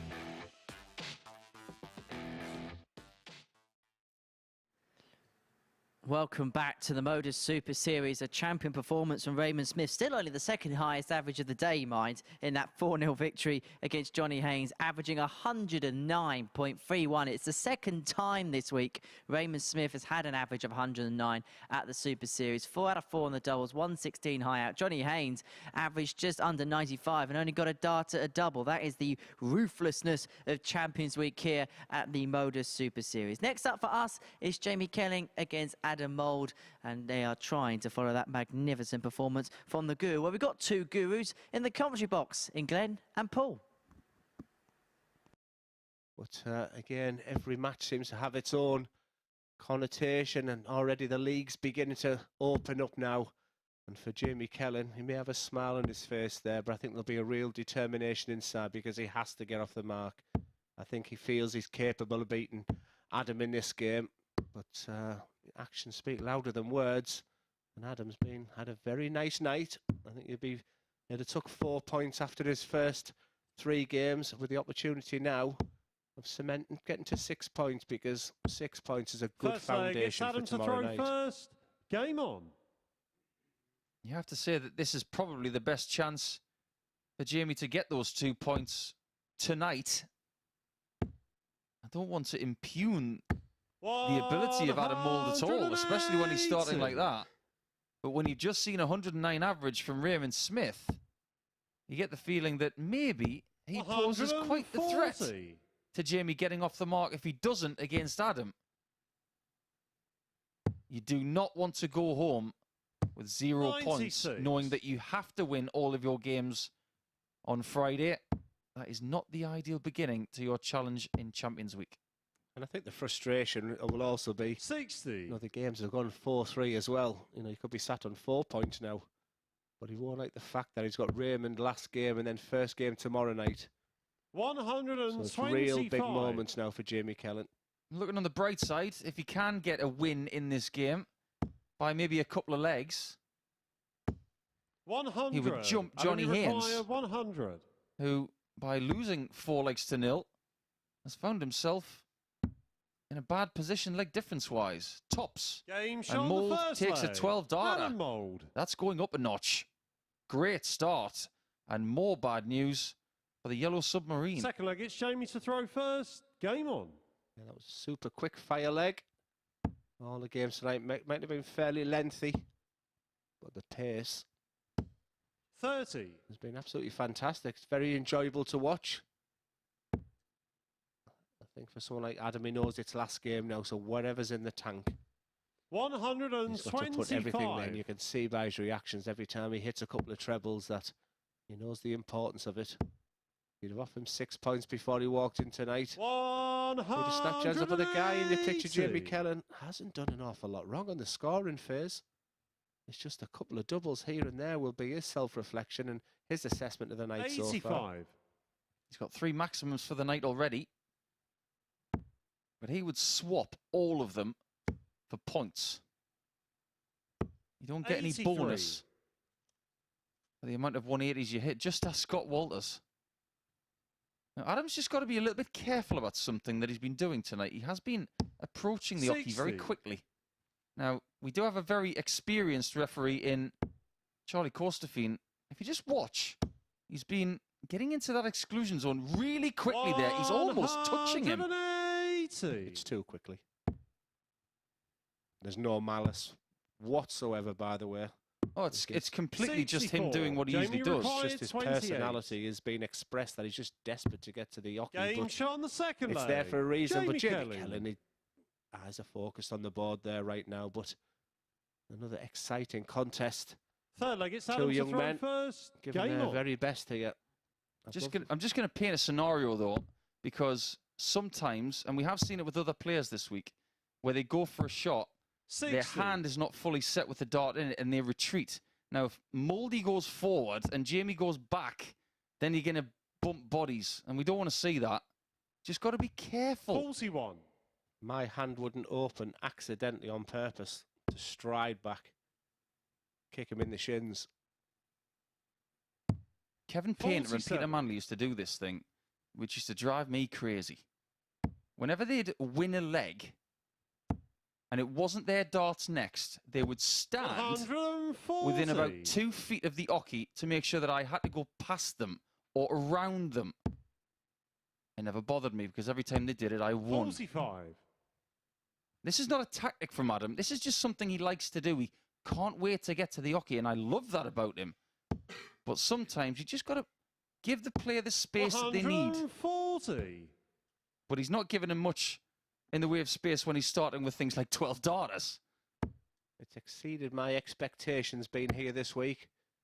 I mean, I knew we were looking at 12 winners, 12 big successes, 12 of the best amateurs on the circuit, but some of the darts this week has been absolutely fantastic. Just whets the appetite for Saturday night.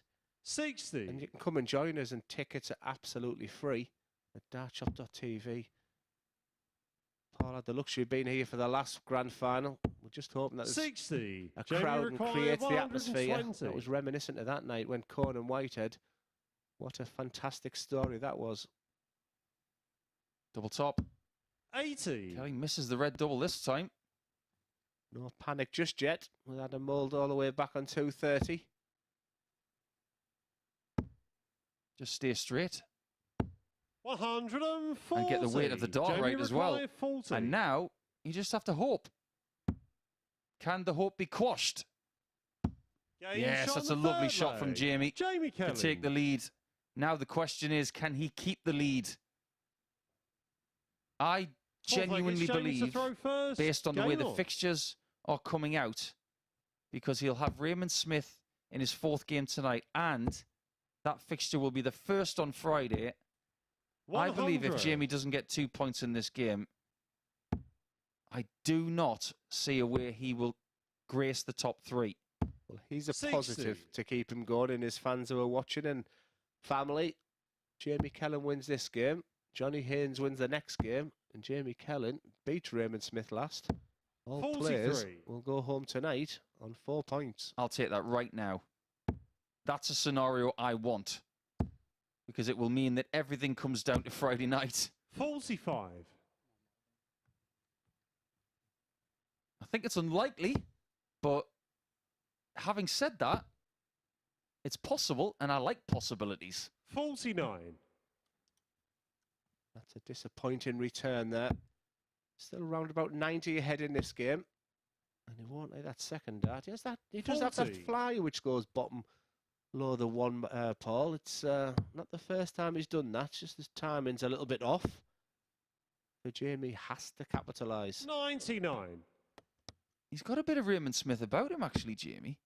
He's got that upright angle of attack and the ability to get the dart over the top. 81. Which tells you just how tall he is. He is well over 6 feet tall.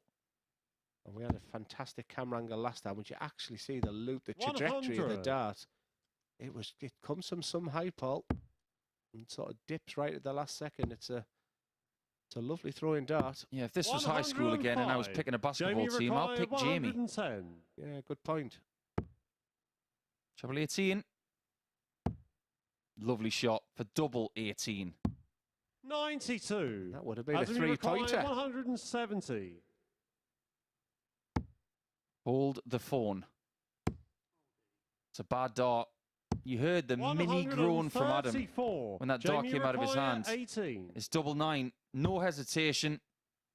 Has to traverse the board to double 4 for 3-1. 10. Will he come back? Adam, you require 36. Look at that visit, because they're the opportunities. 3-1 or 2-2 right now. Just the type of night you fully expect Adam to get this. They're a long way away, though. And that will hurt Jamie Kelling more than any other dart tonight. 2 darts which are closer to the rubber than the double 18, and the last one barely reached the board. 5th leg, it's Adam to throw first. A little mini deflection somewhere. I have no idea how that stayed in the board. Now, these boards are the best you can get. That's what we do here at the MODUS Super Series. We use the Winmore Blade 6 triple core carbon. And maybe because that board is so good, it grabbed that point with all of its might 59. to make sure that he got that leg. Without those other 2 darts, that was not going in. And now it's 2-2 instead of 3-1 Kelling. But even with that fortunate double 18 for Adam, Kelling knows he shouldn't have had a shot in the first place. 2 excellent 81. views of the throws. Just a little bit of front elevation from Adam. Just have a look at his point of his nose there on the Y of sporty stuff there. 55. And you don't want to see that rocking and rolling, nice solid, whereas look how tall and elegant. And just look at the way that dart flies into the board. 96. Both different. Both using their assets to the maximum. But the most important thing, they're both punching that dart. Well, his best dart is when 98. we can hear it in the commentary box when that dart lands with purpose. This one is just finesse, it's feel, it's everything. He'll know when he lets go of that dart whether it's in or not. Adam, you 2 require totally different throws. 148. This game has been flipped on its head. That's not in the treble 20, so he has to do a bit of maths. That means 85 left. He has a little conflab with the referee. 78. That's okay. I think it's a good job he did check there, Pogs. I think he thought it was 75 left. So our referees once again doing a fantastic job. 100. Adam, you require 70. What's he going to leave? Double 16. I was about to say he's 38. been really good Jamie on that one dart and a double on double 107. 16. Well, Jamie Kelling was messed about with doubles. All them will be forgotten.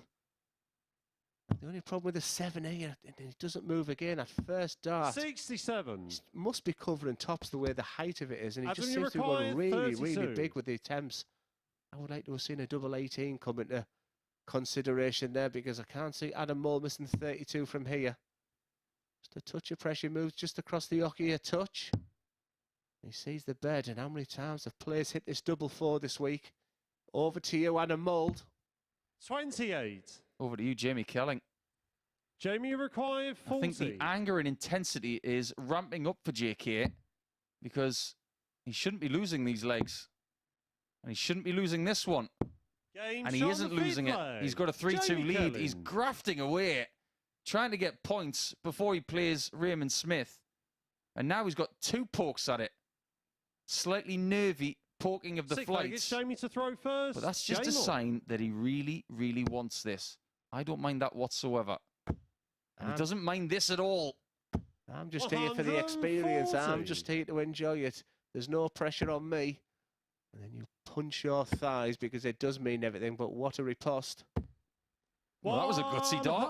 180. There's someone who knows how his darts behave, because me personally, when I see that dart flatten out, 55. as much as glance that point, it's going on the floor.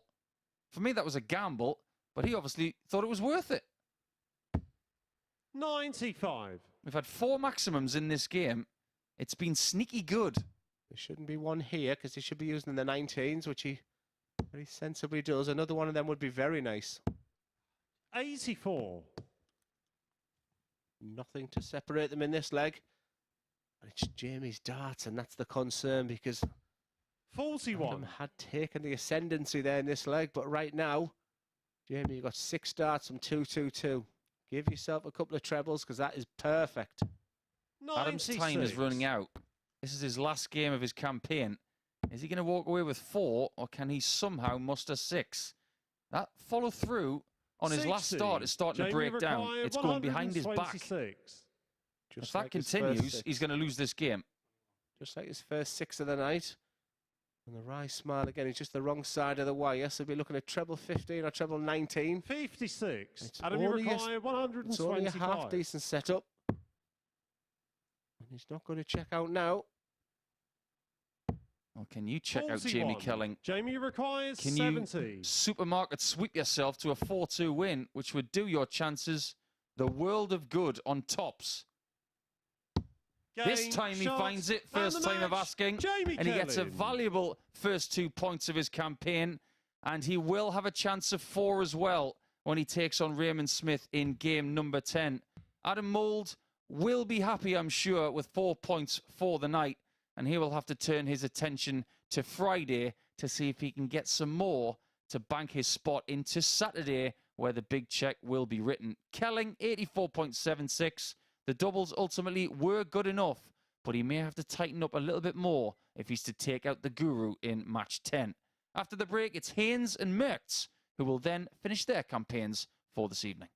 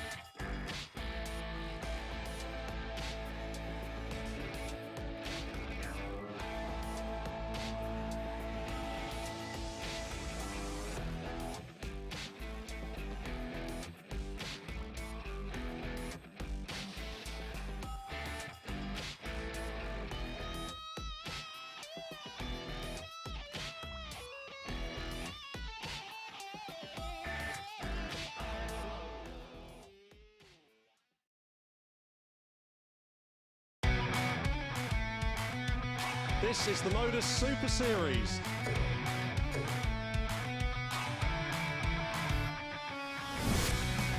$180.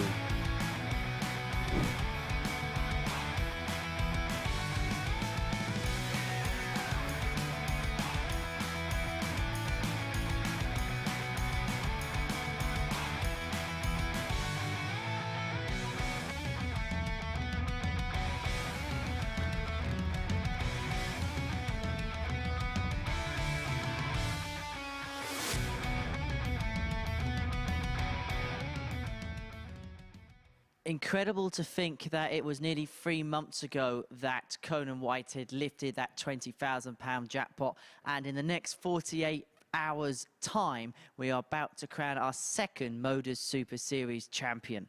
In our previous encounter we saw Jamie Kelling get the better of Adam Mould by 4-2. Adam Mould inflicted upon defeat there. Next up for us is Johnny Haynes and Alexander Merks to round off their respective evening campaigns, and to watch this one in the commentary box is Paul Nicholson and Glenn Davant. Thank you, Henry. I think if you were to offer Johnny Haynes 4 points right now, he'll be cock-a-hoop. But as far as Alexander Merks is concerned, he's got eyes on 6. And if he does that, he's going to be in a commanding position going into day number 2 in Group B.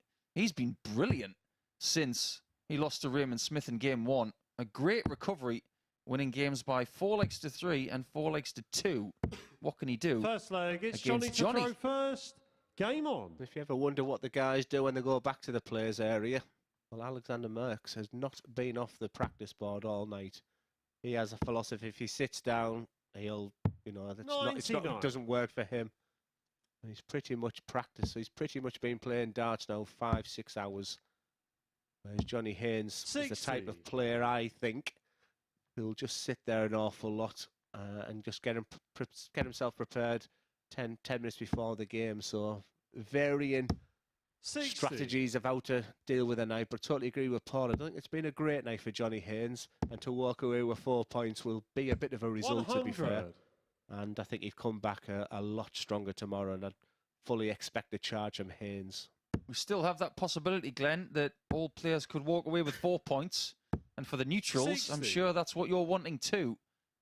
But in order for that to happen, Haynes has got to win this match, and Kelling has to beat the fancied 59. Raymond Smith in game 10 for this evening's play. Interesting as well that Merkx is the only player in the practice room that doesn't 100. have English as his dominant language. I don't think English is his strong suit. So maybe for that reason, he can just stay 45. on the practice board and just create his own little area and just get on with what he wants to do. Yeah, I've seen a few players like that. I remember Sebastian Białecki. I've sort of felt sorry for him a little bit. He was sat in the corner doing his own thing. 60. Andreas Harrison as well. And, you know, it's not easy, especially when you're up against some big characters like the Andy Jenkins, the Aaron Monks of this world, who can Johnny dominate a room like that. 122. You just got to focus on, you know, you peaking at the right time. But having the right person around you is so important. No 40. friends allowed. Alexander, you require No 140. phones allowed, anything like that. They're, you know, they really are on their own. As he goes for this one for it's double 16. Game Ooh, shot the a first finish. leg. That is. Alexander Merks. And look at that. The camaraderie between the players continues. Johnny Haynes, sportsmanship at its Second best. leg, it's Alexander to A throw little first. fist pump, Game nod on. of the head. It's all good stuff, but from absolutely nowhere, Alexander 60. Merks is having a wonderful night from what was a disastrous start. And that was his first ton plus checkout of the night. Prior to that, his best was 67. Saving his best for last, potentially. And no, he's not a famous gravy. If you don't get that reference, you're not old enough. It will be gravy if it's 6 points for Merkx. I've been impressed with him tonight. 100. Averages of 82 in that 4-0 loss to Raymond Smith. But then the response as he gets his first 180. As shown in diagram B. Do you remember what we did the opening part of the night, Paul? We looked at his results, a challenge tour. We looked at each other and raised our eyebrows. We thought this is going to be a long night for Merkx. He's got the bull on a 1-2-1 as well. Just a little bit quick there. So 65, that's sensible to leave double 4. 113. And for Johnny Haynes, has left the stinker. 166. That's advantage Merkx in leg 2. Just leave tops and hope. 126. I do fear for him. Alexander, you require 8. Still double 4. Game shot and he's found double 2. Alexander And Merks. showing a little bit of gumption as well. He's going for the throat. And I don't mind that whatsoever because Third leg, it's Johnny high to throw stakes, first. Game high on. intensity, equal likelihood of victory. That's how what I saw his countryman. I saw Dirk van Duijvenbode there, the way he bounced up, punched the air. 85. I'd like to see a repeat of the way he celebrated because it was a la Duijvenbode. 88. Let's face it, we all like a bit of Dirk van Duijvenbode. And I would not be shocked if he was part of Saturday night, that his walk-on music would be something akin 58. to that of the Auberginius, which is, I'm reliably informed, not hardcore dance music. 96. It's called hard style music. And if Marco Meyer is watching this, thank you for all of your tips and your information about it, 135. because he has somewhat bored me with all of the different festivals and places he's been to for that stuff. How on earth, 59. Marco, haven't you got bigger headache problems in your life? Yes, I was very lucky to win the Finder Masters 3 times, and I walked onto a 99. Dutch song called Sex Met Die Kale. I absolutely went to the Dutch Open, and this song was just booming out. Have you ever been to the Dutch Open? 140. Paul? Never. Johnny Oh my Require, God. 124. Sensational. Wonderful. Won last week by Berry Van Peer, so many congratulations to Berry, who's a fine bionic young man. That's his 32. nickname, bionic. Alexander Require, 118. 118. Has Alex got this number? Just the one treble, and there it is for double 19. 99. Ooh, I fancied that. Johnny Require, 92. 2 options at 92 at this stage. Bullseye or treble 20. How are you feeling? 67. So we're looking for the bullseye. We have to shuffle across there. 67. And that's unlucky. Alexander Require, 19. Double 8. It's Game shot on the 3-0. third leg. Now we have to Alexander look Merks. at the leg difference of Alex Merkx, which was -4 after one game. He's Fourth recovered leg, it it's Alexander to throw to first. -1. Game on. If he wins 4-0, he will finish on +3. And let's face it, the way he's playing, 60. which is 50 darts for the first 3 legs, he might just get 4-0. And he might make Johnny Haynes feel sick, because Johnny might lose the last 48. 8 legs he plays here on Thursday night and Friday morning. 3-0 after 5 minutes and 51 seconds. Rapid. 100. He's not Graham Usher rapid. Graham would have had this game won by now. He holds the record for the fastest game. Less than 6 minutes. He texted me earlier. 140. Looking forward to watching, see how he does. 96.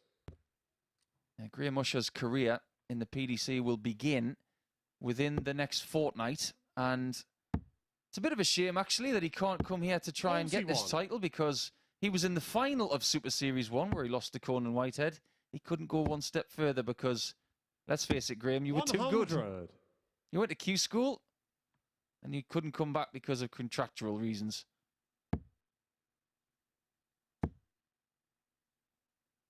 Johnny is on the rack. 140. And Alexander Alex Require, 145. is on the hill looking down at a possible victory. Well, there's the 5. We've got to get it sometime. 45. Johnny Require, Are you looking forward to the Euro 132. Tours this year, Paul? Oh, You're yeah. a massive fan. They are going to be so much fun. 1-3-2. 2 bulls.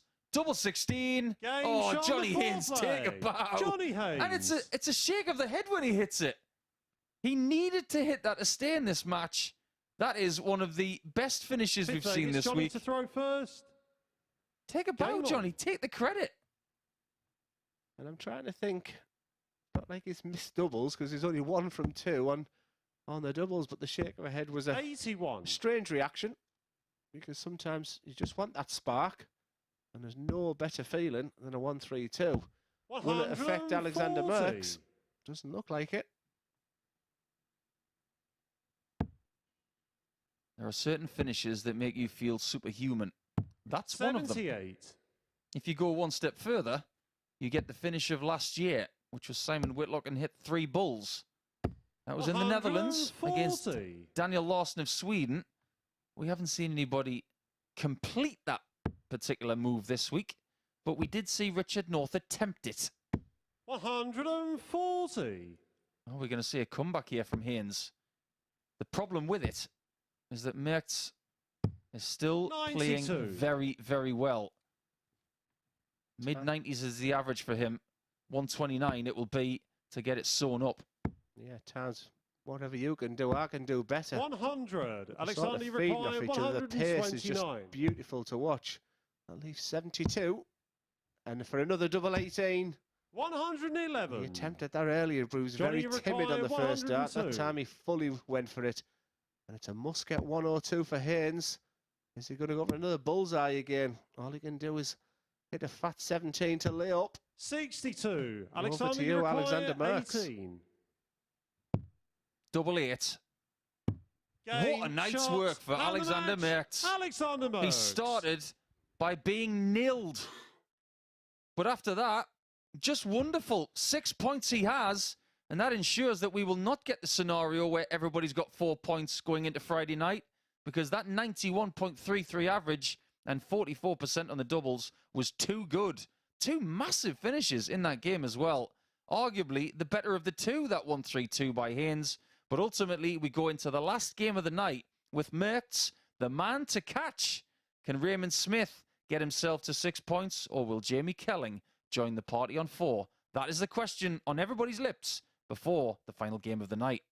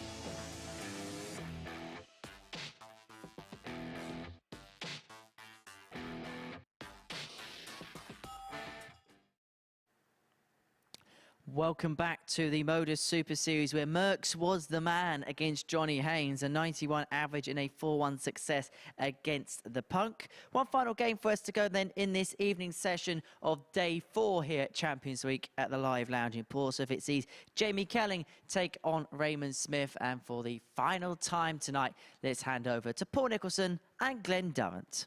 Thank you very much. Jamie Kelling has a mission. It's a difficult one against the man in black and yellow, because when he wins a match tonight, he wins to 0. He's done it twice. But he has lost. And that was to Adam Mould by 4-2, so he's not bulletproof. But he has a chance to go into day 2 of Group B with the same points total as Alex Merkx, First leg, but it's with Jamie a to throw superior first. leg Game on. difference. A win here by 4-3 would give him +7. Anything better than that, and he would stretch his legs a bit. Yeah, the bookies have 45. Jamie, despite him throwing first, big underdog in this game, if you do fancy JK. I think he's actually played really well. And he's going to have to be on his A+ game to beat this guy who just looks like he's in the zone. 45. What I would say, the worst games I've seen Ray play has been the last games of the week. But once again, he's doing a bit of a Van Gerwen, a bit of stretching behind there. And be back in the zone right now. With the eyes. If you ever wonder what do they mean focus? What do they mean desire? The work ethic. All that is just, that's not just a natural way he throws the dart. He's worked really, really hard to get himself to throw exactly how he wants to. And yeah, he's been an absolute credit this week. One thing that Jamie hasn't done tonight is find a ton plus finish. His best in games 2 and 3 was 70 on both occasions. So he may need something a bit more strong in that department if he's going to get through this game. He's got 4 180s for the night. Smith's got only 3, but then again, we don't judge him by 180 counts. He's more about 58. The strength in the 140s, and the finishing stats so far tonight have been really, really good, like they always are. One of the most ridiculous stats for the week came in Group A for Raymond Smith, in that he was second on 18 points, and his leg difference was plus 21. It's the largest leg difference of anybody who was not qualified in top spot. 116. He likes this finish.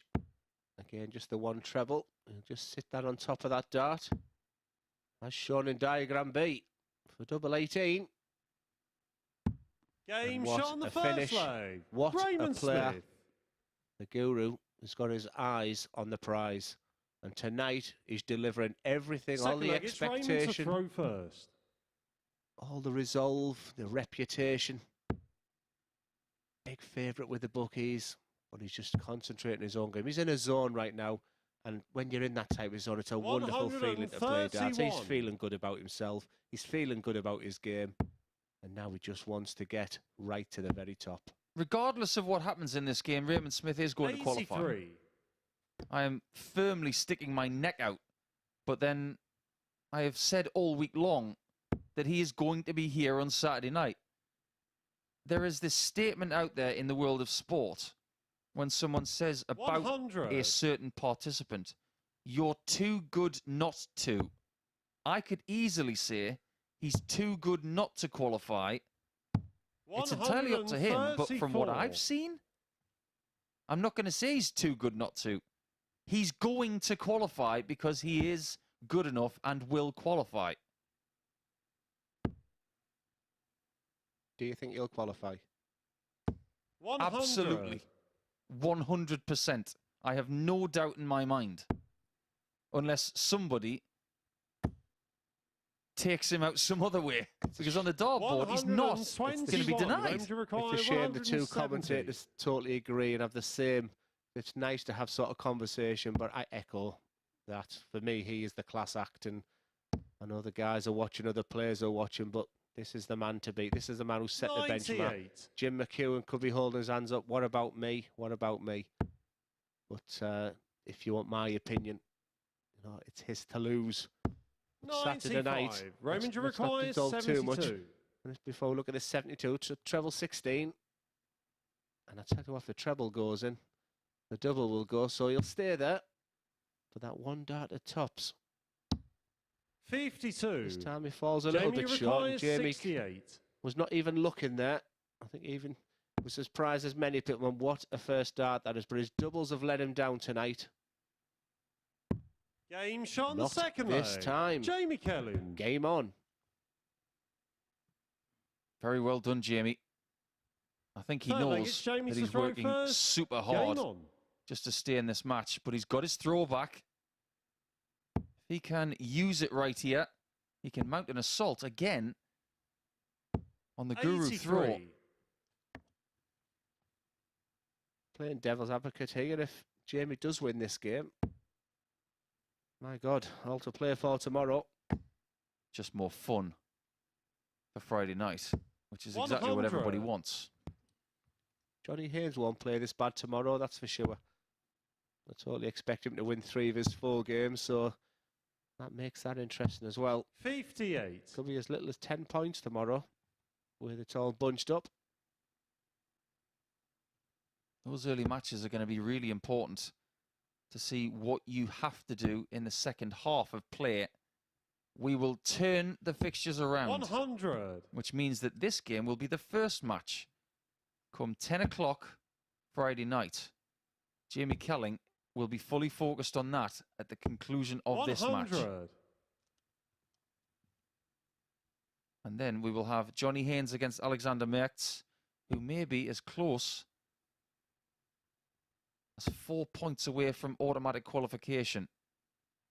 Your position 100. in the table in this group and the others defines which group you go into. And at the conclusion of the play tomorrow night, we will have the groups for you for Saturday night, so you can 100. pit your wits against it. Would you want Ray Smith in your group or Jim Nope. McEwen in your group, or Nope. would you rather see them in the semis? I think you'd want to try and I don't mean this in a nasty way, 60. Jamie but I Mackay, wouldn't want to be on 160. Raymond Smith's group. I'd want to see if somebody else could take him out. Got to get there first. That's the mission. 60. Kelling Raymond trims it to Mackay, 100. 141. And Smith won't be too scared of this one because he's had finishes bigger than this week. But it's impossible now. 105 potentially. 88. To settle. Jamie two Mackay, little snowmen. 100. And once again, with doubles being his nemesis tonight, is he going to go double-double? And the reason I don't like it, just look at where that yellow 28. flight is. Raymond Mackay, If he 53. moved across the hockey, maybe I'd understand. But Smith, we have waxed lyrical. We spoke so highly of you. Game shot on the Maybe third types of leg. reasons why. Raymond Smith. Very impressive. Well, it's 3 breaks of throw. More breaks Fourth leg, it's Raymond to throw than a Geordie first. bricklaying yard. Game on. I just wanted to make sure I said Geordie there, Glenn. I pretend I wasn't listening. I could have gone proper neutral there and said Sunderland. The whole social media's gone Geordie 100. mad. I'm sure you can live with it for a few days. Even worse if Newcastle beat West Ham on Saturday. I tell you, if I showed you the group I'm in, you might feel sorry for me a little bit. 64. I mean, it's relentless. It's daily based. The bullying is just, it's disgusting at times. And the only thing I had to back up was, yeah, but have you ever won a Premier League? If he wins that this year, I mean, it's just game over, isn't it? 60. A lot of those Geordie players have done very similar things over the years. Quarterfinals of World Championships. The amount of Players' Championships they've won in PDC action, but Dobie's gone a little bit further. 60. And Raymond would love to go further than other Aussies in the past. The man at the top of the tree, as far as achievements are concerned, it's got to be Simon Whitlock. With all due respect to Tony David, who has won the Lakeside Championship back in 2002. But other Aussies have done really well. He wants to carve his path now alongside the likes of Whitlock and Damon Hetta and Corey Cadby, who cannot be forgotten. Sometimes it takes sitting here for 10, 12, 15 hours this week and watching somebody. And, you know, I definitely think he's got it. Like I said, sorry for repeating the sort of the parallel of someone like Scott Williams. Or when I sat here, I was just amazed. I just said he's got it, you know, quite quickly. I think Raymond Smith's someone as well. And what an opportunity to, you know, to say that the biggest amateur prize out there right now and you're the champion. I mean, he's come from Australia for a week. It's a big commitment, the flights, hotels. But I did feel it was a gamble worth taking. 60. 3 small Jamie 20s Mackay, result in 137. a checkout, which he will now get a look at, that he has taken twice tonight. 59. And he's made it look Raymond simple. Mackay, 81. Kelling's in trouble. He needs Raymond to miss. Miss he might not if he gets 12 in bull. It's the bullseye for 3-1. 56. This time he does. Jamie Mackay, And Kelling can 78. hold on for possibly another break of throw. For 4 on the spin. At tops. Game And there it is. foreplay. Another break Jamie of throw. Kelling. My kingdom for a hold, says this player. Fifth leg, And it's I Jamie think to that throw facial first. expression Game on. tells you one of what a weird game this is.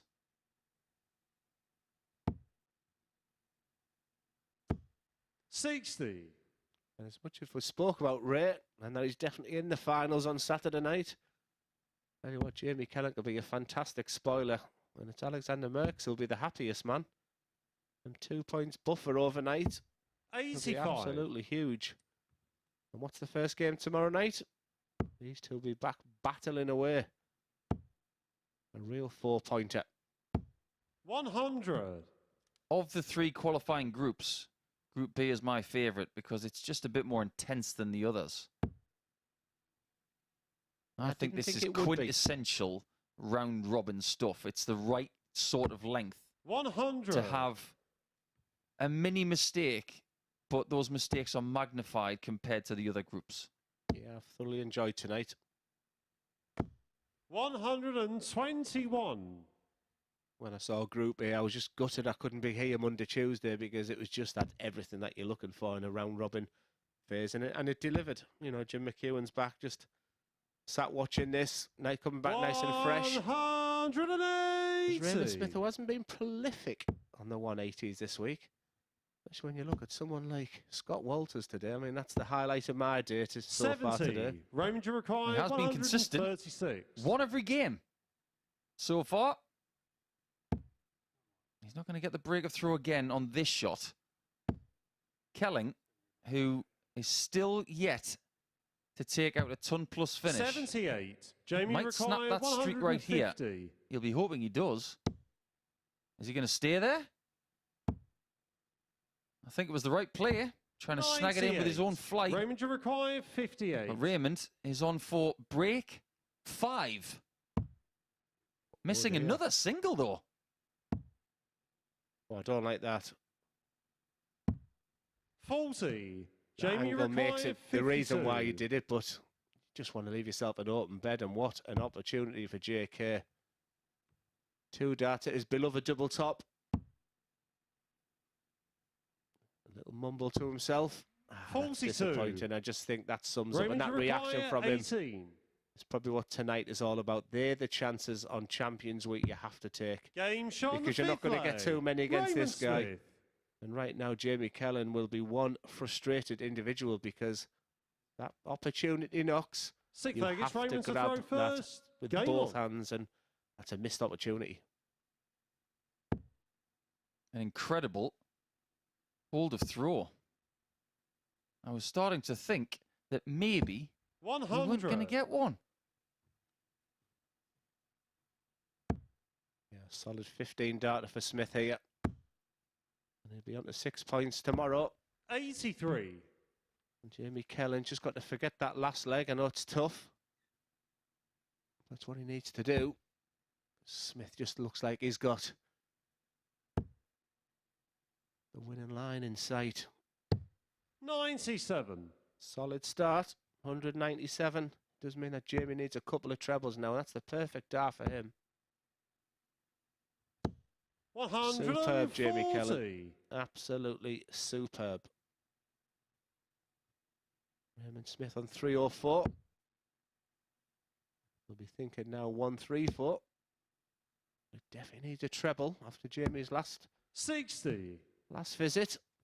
And all of a sudden, Jamie is right back in this match. 100. He's doing his job nicely. He's on track for a 15 darter for Raymond Smith. That was the intention when he opened up this leg. It's all going to pot a little bit here. Whoa. 22. Not what the doctor ordered. Advantage Kelling. That's a frustrating dart, and you can see the wry smile. Keep it simple. Don't overcomplicate things. 83. And that last dart is the saviour.